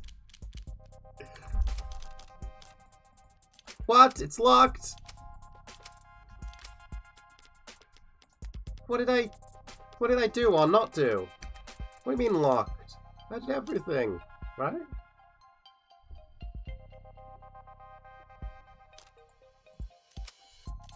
Damn. Alright, well. Humor me for a moment. What's the company's official statement on AI? Same as any rational company that wants to make money, we don't screw with it. Smart products are profitable. Products with their own priorities are anything but. That being said, AI is a concern for marketing, not product development. We spend a lot of money reassuring our public that there's no risk, because the public doesn't really understand how ironclad the tenets are. Because you use Tesseract? Trying to code an AI in Tess is like trying to pick yourself up and throw yourself. Nonsensical and self-defeating. Your scanner showed Sarah was running on Tesseract yesterday. If the language is as safe as you say, isn't that proof enough? Proof of nothing. For an AI, lying to another system about the code you're running is child's play. And for an AI built by David Asher, something that simple would be... Better change the subject. Wait, so making an AI takes more than time and resources. It isn't an issue of funding? No, you can't just keep adding more data. The tenets underlie everything. The higher you stack, the more easily you'll topple. Make it sound like building an AI is impossible, even for David Asher. Any chance you'll testify to that? It sounds impossible, but he's dead, and it looks like it was his android that did it. So I guess he was just that good. Better than you'll ever know. Oh, now we can talk about tenets. Jesus. I know you're convinced the tenets are safe. So how do you square that with what happened to David? There's a cat next to a dog. First answer that comes to mind. Is the dog to the left or to the right? Left, I guess. I'd say the dog is on the left. The cat is on the right. You might expect half of people to say left, half to say right. But actually the answer is almost entirely dependent on their native tongue. Whether it's read right to left, or left to right. Language they speak affects how they process information.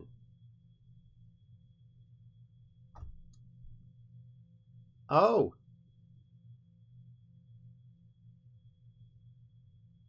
Damn, I got by one of those psychological questions. Their language affects how they think. And it's the same for machines. People can learn new languages and it can change our perspective, but machines can't learn a new source code. Every update's a reincarnation. If that android did kill David, it wasn't because 0 returned as a 1 somewhere. It's because there's something fundamentally wrong with it. And personally, I think it's cruel to bring something that flawed into the world. Yeah. Unnecessarily cruel. Numel spent months promoting the A16 as the culmination of David Asher's work. So now that that marketing line is suddenly a huge liability, can you tell me how much he actually contributed? I mean, he was involved in pretty much every step of the process, but his design for synthetic motor neurons, that was the big one. The components that allow your warm androids to move realistically? It pushed the timetable for warm androids ahead by years. And yet, compared to what goes on in Sarah's brain 1,000 times a second, David was only giving the company the most meager of the fruits of his private work war. So if Numel ever did find out how much he and his assistants had achieved, they would feel that he'd been holding out on them. And the company, they were appreciative of his contributions? I'm sure the researchers that he overtook by leaps and bounds weren't pleased, but the board was very enthusiastic. So would that spur them to be protective of David? Or would they fear that he was gaining too much influence, becoming irreplaceable? No, they need a strong motive to justify killing their golden goose. Mere paranoia isn't enough. With these people, it has to be the bottom line.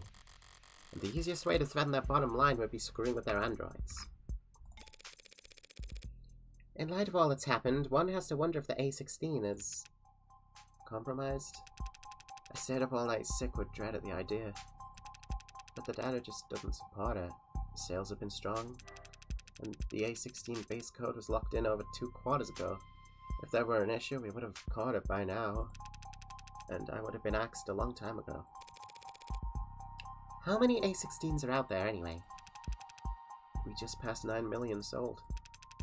Not flying off the shelves like the 14 or 15 so far, but the profit margin makes up for it. You mentioned data? Yeah, practically got the spreadsheet seared into my retinas. What do you want to know?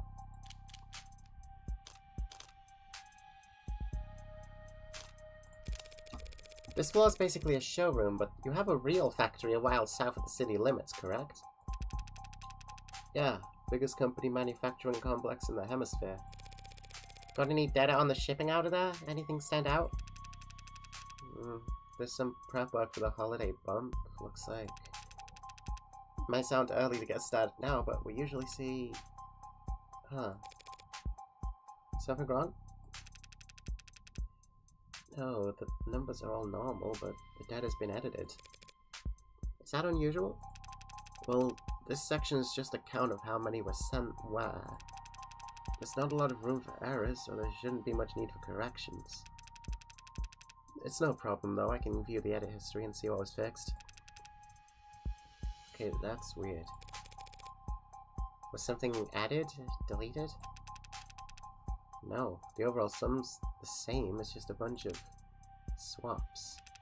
Like, here, 29FFCE 01311, taken out, returned for adjustments, 27FCDD 019634, substituted in, shipment leaves on time. 67BBTC 899543, returned to assembly for revisions, replaced by 67BBTD 592698, shipment leaves on time. So, does all that strike you as odd, Mr. Dawes? Replacements before shipping isn't uncommon, but when it happens by the batch load. To spot individual unit imperfections among a shipment at that stage in the process, it's been someone with a lot of experience, or authority. Probably both. Must have? You don't know who made these changes? I can tell you they were somebody important. Small last-minute changes to which androids got shipped out. Not very juicy on its own, and it's a long ways away from explaining why someone would want to kill David. But it was hidden, and that means someone didn't want it found. How and where are they being sold? What's the distribution pattern look like? They're distributed like you'd expect. Places where there are more people, there are more androids. Coastal cities like ours, of course, have the most of both. And since the A16 in particular is marketed as being relatively luxury, relatively consumer, they don't sell well outside population centers. They can do the rural, hard labor jobs, but cold models can do the same work with a lot less maintenance. So where's the A16 outperformed then? Customer service, healthcare, childcare, lots of hospitals, offices, and, you know, adult industries. Ah. Sorry, didn't mean to be blunt, I just... No, it makes sense. They're warm and soft to the touch and... obedient. I'm just surprised to hear it from a company employee. There are a lot of people at the company who won't talk about it, but I work in quality assurance. I've seen too many damages to pretend it's not happening. Damages? What we call it when a customer tries to return a product that's clearly beyond repair. Oh. Very high turnover in the pink market. Hasn't stopped you from selling to them. Well, we don't sell to them, not directly. But there are resellers, and the company's never pretended to be interested in going after them. Are there resellers? I thought I read that Right to Repair got shut down again. There's been a grey market for software androids for years, or decades, depending on your definition of android. Based on the sales numbers I've seen, RTR getting canned was barely a blip on their radar. Sorry. Didn't mean to make you uncomfortable with this topic. Huh? Me? No, I don't care. I just realized my left sock's on inside out. Damn. Now I'm wondering about that myself. He bought that? What do the error reports look like? Are customers reporting a lot of issues? Error counts are markedly low compared to the last gen. Mostly hardware complaints, it looks like. Batteries running out too quick. Eye tracking off by a degree or two. Typical stuff. As cliched as it sounds, 99% of these things get fixed once they turn auto updates back on. So, no killer robots getting filed away under bug reports. Okay, thanks for sharing that data. Sure. Did you find what you were looking for? Hell if I know. Fair enough. Any other questions before I go find a hole to hide my head in? I'd like you to take a look at this. The chemistry's a little outside my purview. What is this? A compound found in David Ash's blood. The poison? What is it? It didn't match anything in any database the medical examiner had access to. That's crazy. Here's a crazy idea to follow it up. See if it's a match for anything in Noble's internal data banks. We, don't make poison here. I'm not sure what that would accomplish. No, but this is a factory floor. You could be making baby blankets out there. You'd still have hazardous materials around. You think it was something industrial? I suppose it could be. It looks like it's carbon-based. Narrows it down a lot. It's not exactly... What is it? It doesn't make any sense, but it's a match for patent NOD 52345S. A synthetically produced neurotransmitter analog for usage in organic android components. Cyanotonin.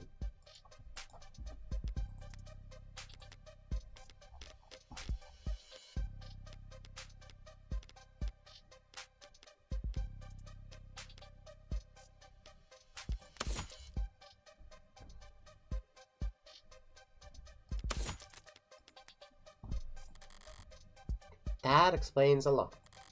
A neurotransmitter would interact directly with the nervous system, in David's case, depressing it enough to put his life in danger. It also explains why it was a preset in his personal manufacturer. Sarah's nervous system would have 10 times its weight in platinum, must be pumped full of it. So they think that was what killed him? Helen Jung led development of cyanotonin, didn't she? Yeah, she did. I should go and ask her about his composition, then. Normally, someone at her level wouldn't be able to answer specific questions about a compound formulated years ago. But she does have a reputation for being very detail-oriented. That works out nicely, then. They say she's the type of person to micromanage how much water people drink at a 15-minute stand-up. I heard a rumor that she once said bathroom breaks are timesheet theft. Aren't they? I'm kidding. But you should be careful about criticizing a superior where people could be listening. Good thing we got privacy in your office. No one but the two of us listening in. Thanks for cooperating, Dawes. When the state storms the building and starts zip-tying people, I'll let them know that you were helpful. Yeah, nice joke. You are joking, right? One more thing. Let's go full Columbo. Oh, yeah, one more thing. Actually, there is one more thing I wanted to ask you. What's that? How long have you been a corporate spy? Oh! Whoa, whoa, whoa, whoa, whoa, whoa, whoa, whoa, whoa, whoa, whoa, whoa! Hold the phone. Hold the phone.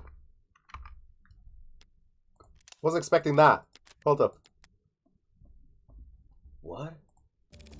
Yesterday you let it slip that you worked in consulting. Had your guard down because I'm not part of the industry? I was a consultant. What are you talking about? When I walked in here, you said you didn't know how David died. But just now you called cyanotonin a poison. What? I just assumed if a chemical was found in a dead man. And I'm sure you've got practiced answers to every logical point I could raise, so I'll just say this. Does the nervous guy bit really work on people?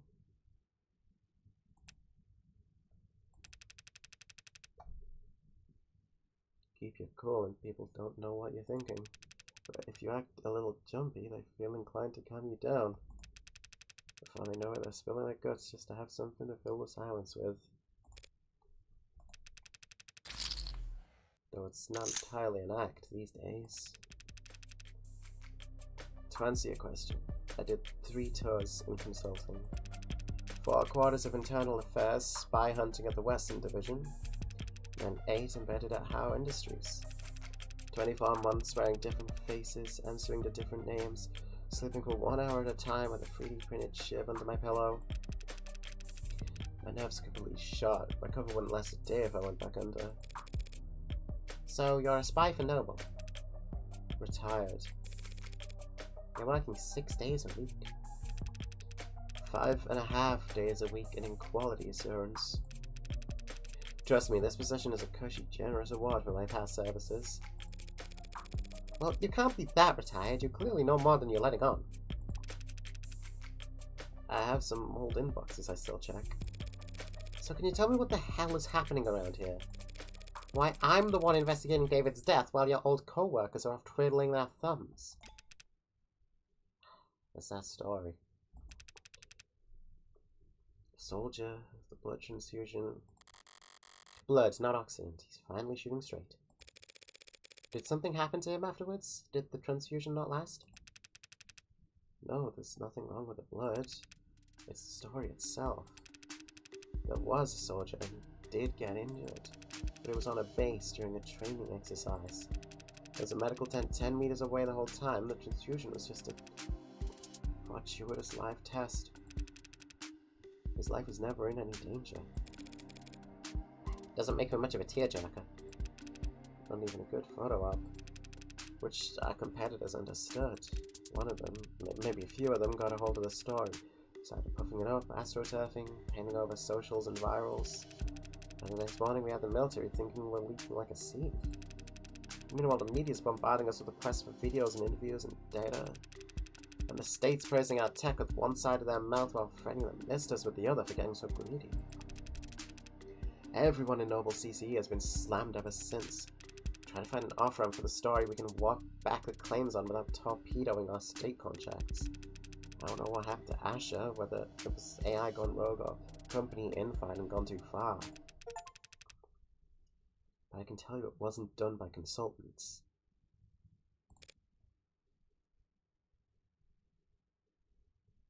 I got an achievement that just said unlock the power play or something. Is that all you wanted to know? Psychiatrist? You worked in CCE. Was David actually seeing a psychiatrist, or was it all cloak and dagger bullshit? I know that office. Know some old co-workers who see him. So it's a front?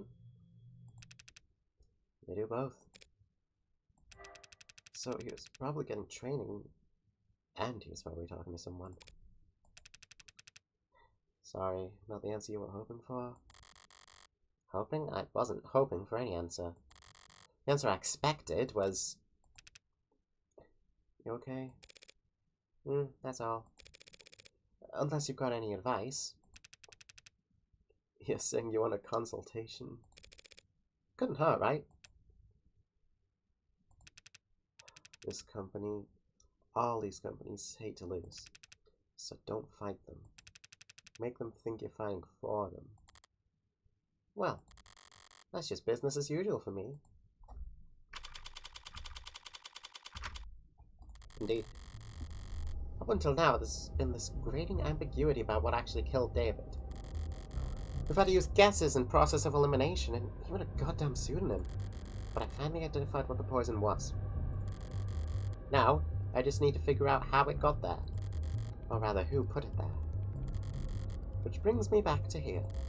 An elevator shaft somewhere under or above ground with kilometers of concrete, facelessness, and bureaucratic authority surrounding me on all sides. An enemy in every cubicle and every office of every floor of this temple. Built to intercept the inscrutable divinations of a temperamental oracle named Share Price. Back in the belly of the beast. And yet I feel more at ease now than I have all weekend. Makes sense. Now that I know Noble's my enemy, I know where to aim. All I have to do is pull the trigger. Good thing I didn't bring a knife to this fight. I brought my gun. And that sound just now tells me it's playing its role perfectly.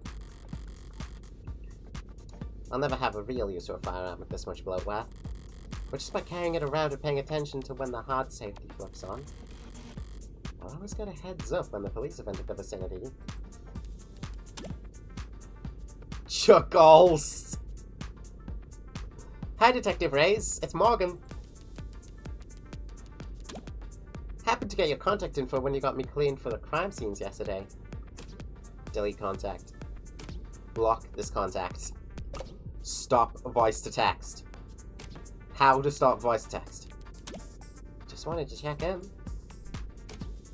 Report this contact voice to text disable. I'd advise you that Noble's scared shitless of you stomping in and nationalizing the place.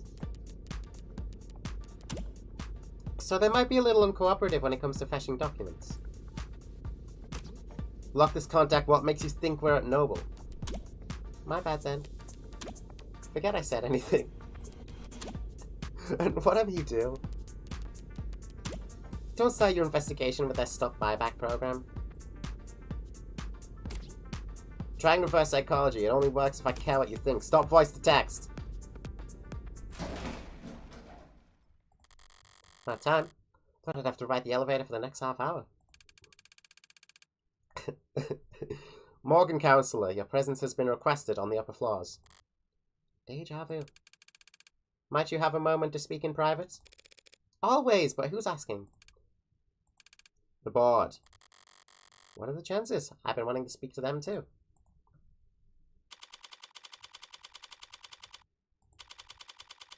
Block contact. Delete contact. Preview. Conference room 108A. Oh. Evangeline Morgan. Helen Jung. Thank you for making time in your schedule. Her posture, her tone, the fold of her clothes, professional dialed up to 11. Corporate armor, full set. Her guards up. Just Morgan is fine. You're just a few minutes early, Morgan. Typical corporate never be the first one to show up pissing contest nonsense. It doesn't even make sense. They called me in here. How could I possibly be early? Play that game or flip that script.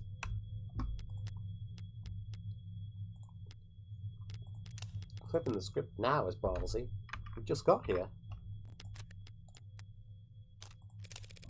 Oh, that's embarrassing. I didn't mean to catch you all off guard.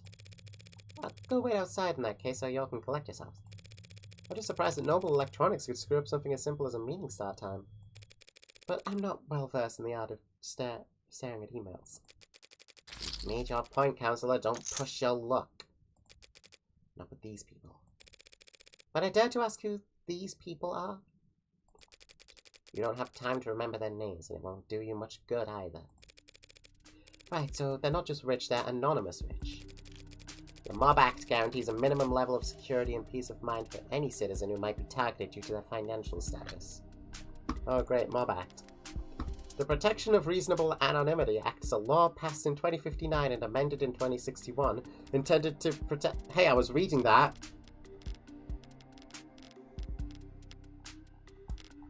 Give me a sec, Jung. I need to check my phone.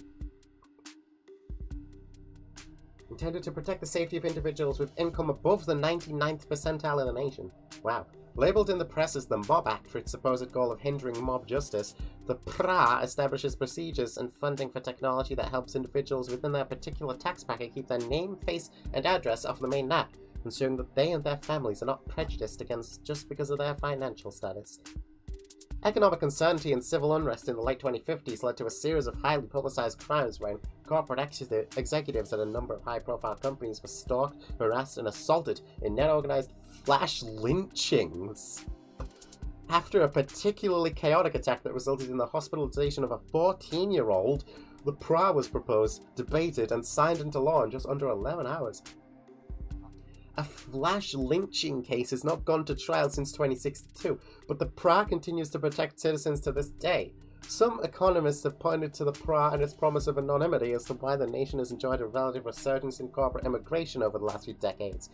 but the purposefully obscured nature of the law's implementation have made the task of weighing its true economic impact effectively impossible.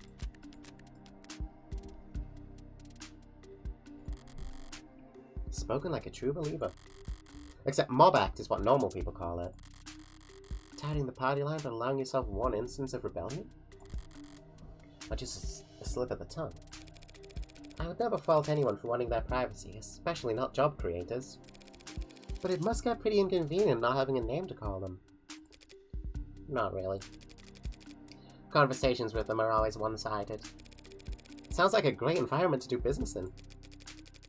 Look at the building they're standing in. We managed to eke out a meager profit somehow. So, if it works... Didn't take you for the might makes right type. And I didn't take you for a clueless bore incapable of reading the room.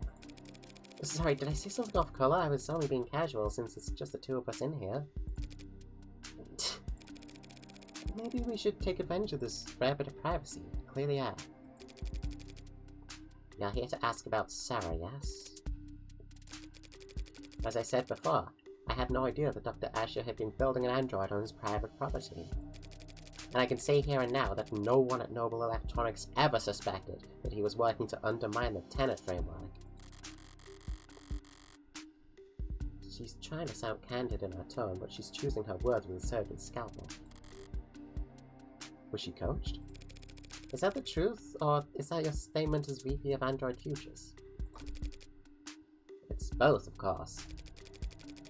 Dr. Asher was always more than happy to hole himself up and work independently. We both know that. True, he could be pretty reclusive. I'm sure it caused all kinds of headaches, him disappearing on you all like that. Must have been especially difficult when he came back with breakthroughs that propelled Noble to the top of the industry. You should take a seat. If that's everyone, shall we begin? Friendly bunch. Is there a problem with the sounds? Anyone get muted by accident? No. Okay. Thanks for having me. I don't want to take too much of your time. I'm actually a bit flustered having you all show up here. I didn't expect to talk to anyone higher up than a service associate.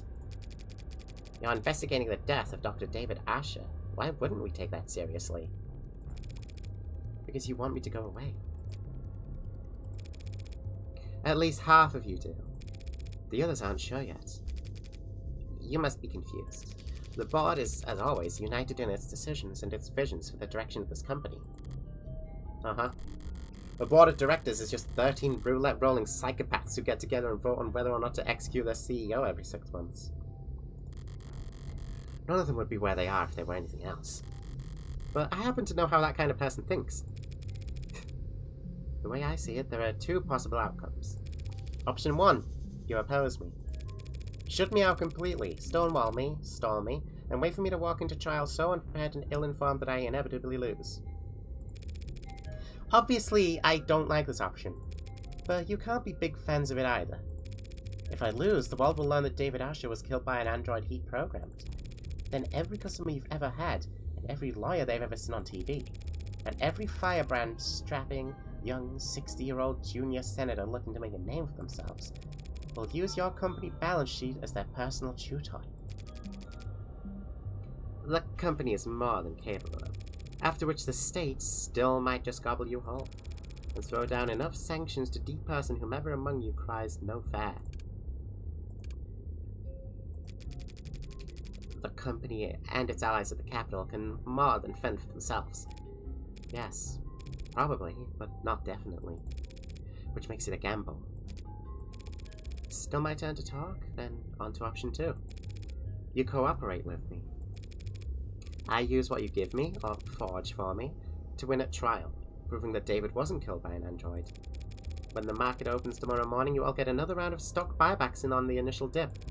Then pat yourselves on the back for staying calm as you continue to profit off of David's legacy for the next 100 years. And you won't even have to worry about him speaking out of turn. That's only if you win.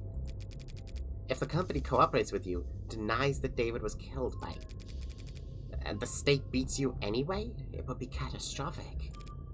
Yeah. It's a gamble. But if at least some of your board wasn't considering taking it, I wouldn't be here. Well, all busy people, and I'd hate to drive a wedge between such a close-knit group of friends, so how about this? Option 3. Hedge your bets. What? Put a little on black, put a little on red, spread the love and lower your risk profile. Don't make any statements about the trial. Tell the media the state's got your windpipe in a vice. Wait until just before the markets open Monday morning to send out your PR package for rubber stamping. After you already know who's won. Thank you, Morgan, and your crippling gambling addiction. She has to compare everything in life to gambling. One way or another, this trial will be over before the end of the day, and you'll never hear from me again. So just don't shut me out completely for another few hours. And does anyone second that notion? Very well. We can answer some of your questions, Counselor. Better make them count then. No reason to be shy now. The poison that killed David Asher has been identified as cyanotonin. You're familiar? It's one of our many patented materials, as I recall. You recalled it pretty easily yesterday. Gee, what's changed? But intellectual property law can be very complex, Counselor. I'm not sure how much I or anyone at the company could tell you about cyanotonin at this time. Well, if you can't tell me about it, who could? You did lead its development, didn't you? Yes, I oversaw the project, which just makes it that much harder to speak freely without compromising the confidentiality of the teams that reported to me. I understand. That sounds like bullshit, and I don't believe it. But I'm not asking for trade secrets here. It's a perfect match for the only foreign substance found in his blood. Cyanotonin is what killed him. The state will say the same. That's not possible. Care to elaborate? I'm sorry, but I can't say any more at this time. So much for cooperating. And if I were to ask you as an officer of the court, then I would ask you to be patient and wait until this afternoon. ADA Rockford has already called me to testify. Already? Damn it, I got cocky because of the cop's late arrival. Emma must have gone straight for the throat first thing this morning and left the investigating for later. Hell, knowing her, she probably managed to ID the cyanotonin before she went to bed last night. So, are we still having this conversation then? As I said, I'm sorry. But I have to take more than just my personal feelings into consideration here. There's a great deal at stake. Corporate speak for you're too stupid to understand why I'm being dense. She's just trying to shield the company, plain and simple. Laughing as Ellen Jeanne d'Arc on a crusade against government overreach. LARP mentioned, I wasn't expecting that. But if she's that busy defending Noble, she might be leaving herself unguarded. Why is she here anyway? Why am I speaking to her and not her lawyers? That's right, this is a vulnerable position for her. She wouldn't put herself in check like this, not unless she was forced to. So that's it. Acting as their mouthpiece isn't some honor for her. This is a punishment. She's being used as a meat shield. We're playing blackjack with her now. They're upset with her, perhaps even suspicious of her. Trying to find out why. Jealous?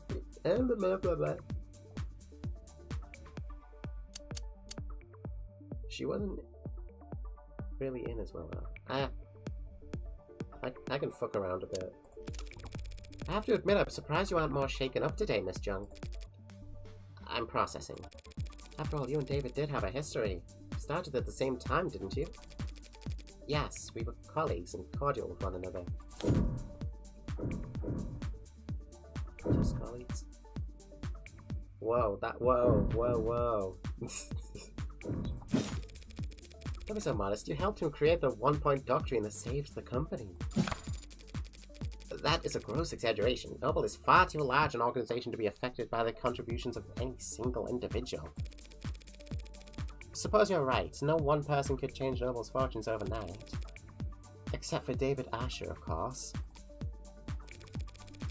But he was a once-in-a-generation talent. The guy Noble chose for the advertisements, and the one they commissioned editorials about. So, you're right, I shouldn't have equated the two of you. I just hope his one-point doctrine doesn't fall out of favor now he's gone. Yes, well, we certainly wouldn't want that. Well, she didn't exactly explode with rage, but she definitely reacted. There's real jealousy there. Whether it ever boiled over, though? David and Noble? I didn't mean to pry about your relationship with David, or lack thereof. I suppose I'm just curious about his standing inside Noble as a whole. David Asher was, and always will be, an outstanding contributor to the company's forward progress. Nothing will ever change that. Not even if he was killed by one of his own creations? That would, of course, be a tragic element that would call for reconsideration of his legacy. She was almost off guard there. Like she was surprised for me to be asking about Sarah ruining his reputation. Besides Sarah, David's reputation was crystal clean. He never went against the company once. Did he? That's... Unless I'm mistaken, and he and Noble were on bad terms. In that case, I might get the impression that some parts of leadership were actually glad to see him take off the chessboard. That is not... something buzzing in your ear? Fine, I suppose it makes no difference if you hear it now or the trial on your own feed tomorrow. Dr. David Asher was being sued by the company for breach of contract. Satisfied? Now we're talking.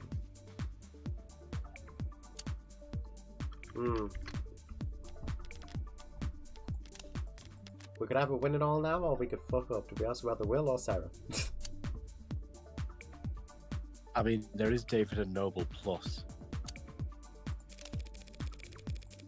No. Oh, never mind. I guess it's just because it was still highlighted blue.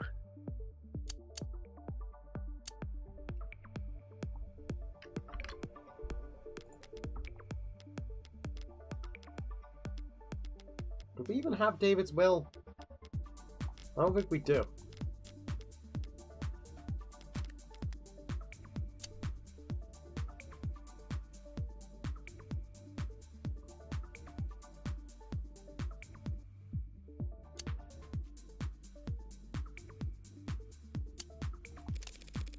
Whatever else the car ends up labeling her, Sarah is a remarkably lifelike android. Had things worked out differently, you might have wanted her as the A16 poster girl. Or A17, or 18. Could have driven a lot of sales, her cute little pouch projected across the sides of skyscrapers. A hypothetical of a hypothetical. As has been made tragically obvious to all of us, that android is nothing like the A16. That it may be yet associated with our products going forward is nothing more than a massive liability. Yet you wouldn't have the A16 without her. If they could take her apart and learn from her, they could have the world. So, was the motive to try and pry Sarah away from him? Sarah's worth a lot of money, in part because of her creator isn't around to replicate her. Were you all hoping to take her by force and reverse engineer her once David was out of the way? Don't be absurd. That machine is nothing but lawsuits and congressional hearings and PR nightmares waiting to happen. The company doesn't need her, no matter how advanced she is. He only needs steady growth and increased market share. Trying to steal away Sarah with brute bloody force does seem absurd when she puts it that way. Has David's will been located? It's never gone anywhere. It's still in a safety deposit box. We'll retrieve it and have it read once all the unknowns surrounding his death have been made into knowns. So David's will hasn't even become part of the equation yet. It might not be for weeks at this rate. Is that calculated now? Oh, I suppose that's blackjack.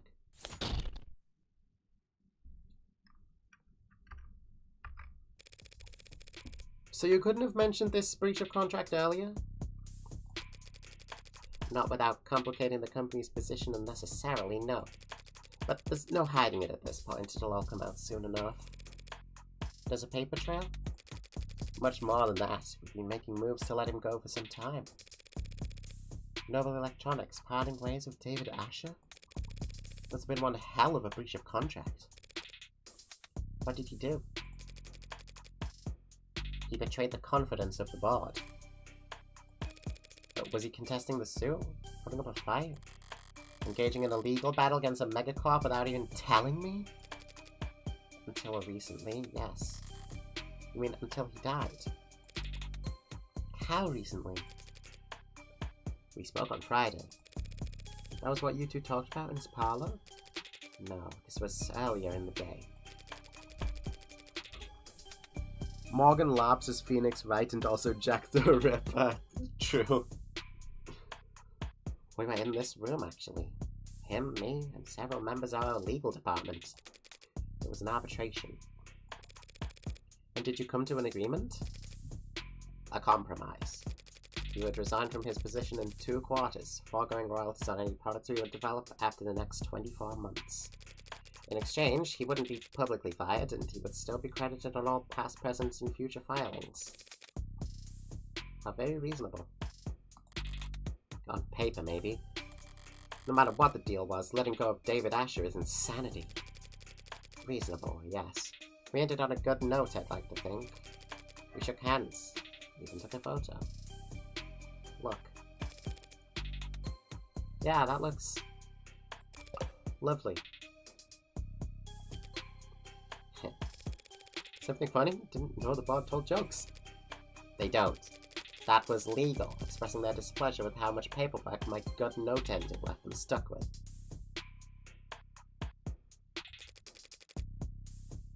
Children. It was just one night of overtime. So while they were spending their Friday night blowing the ink dry, you paid a visit to David's penthouse. Something left unfinished? Professionally, it was a good meeting. There was no yelling, no finger-pointing. Much cleaner than expected. But Dr. Asher did not want to retire. He didn't want to be forced out of the company when he was the one who... when he had contributed so much. I didn't enjoy doing that to him, so I came over that night to apologize to him. We talked, reminisced. When he brought out the drinks, I thought we'd be toasting to a new day. A few minutes later, he was dead. Because of that AI. That AI. Any idea how it came to be? As I said, I had no idea he was working on it. My question was more broad than that. If you really believe David built an AI, how do you think he did it? How does Noble Electronics think he managed to work around the tenets?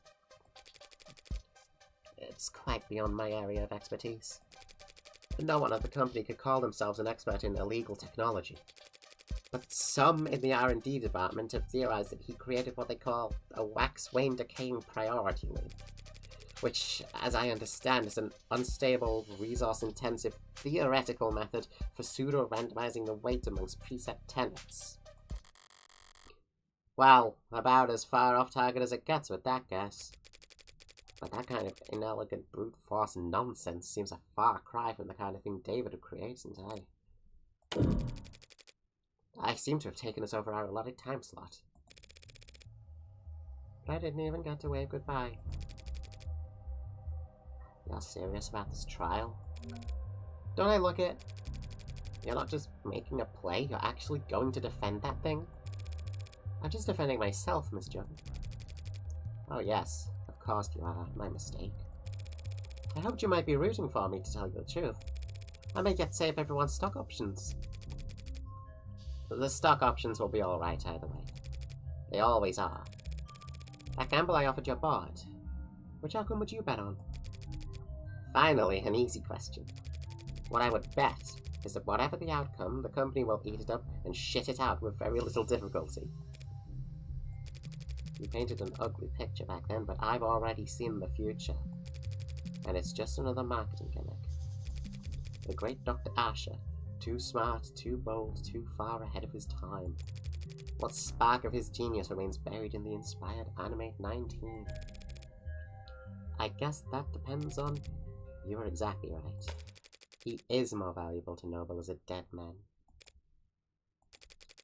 Dead men can't step out of line, or put their foot in their mouth, or hold politically inconvenient opinions.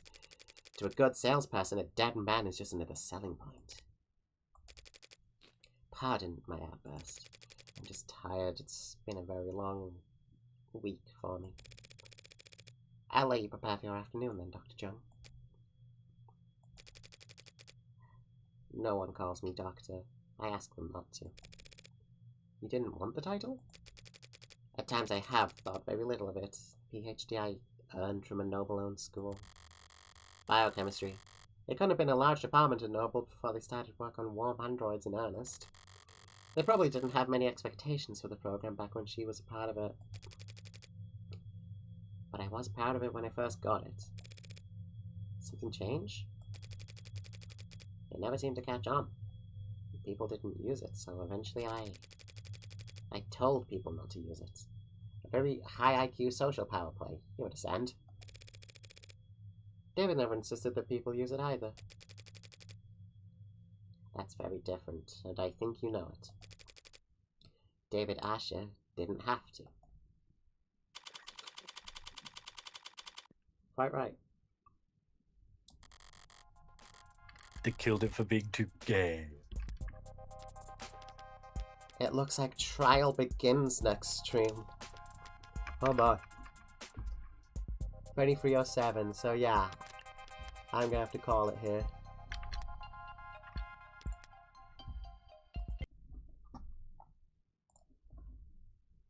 Alright, well, thanks for tuning in, guys.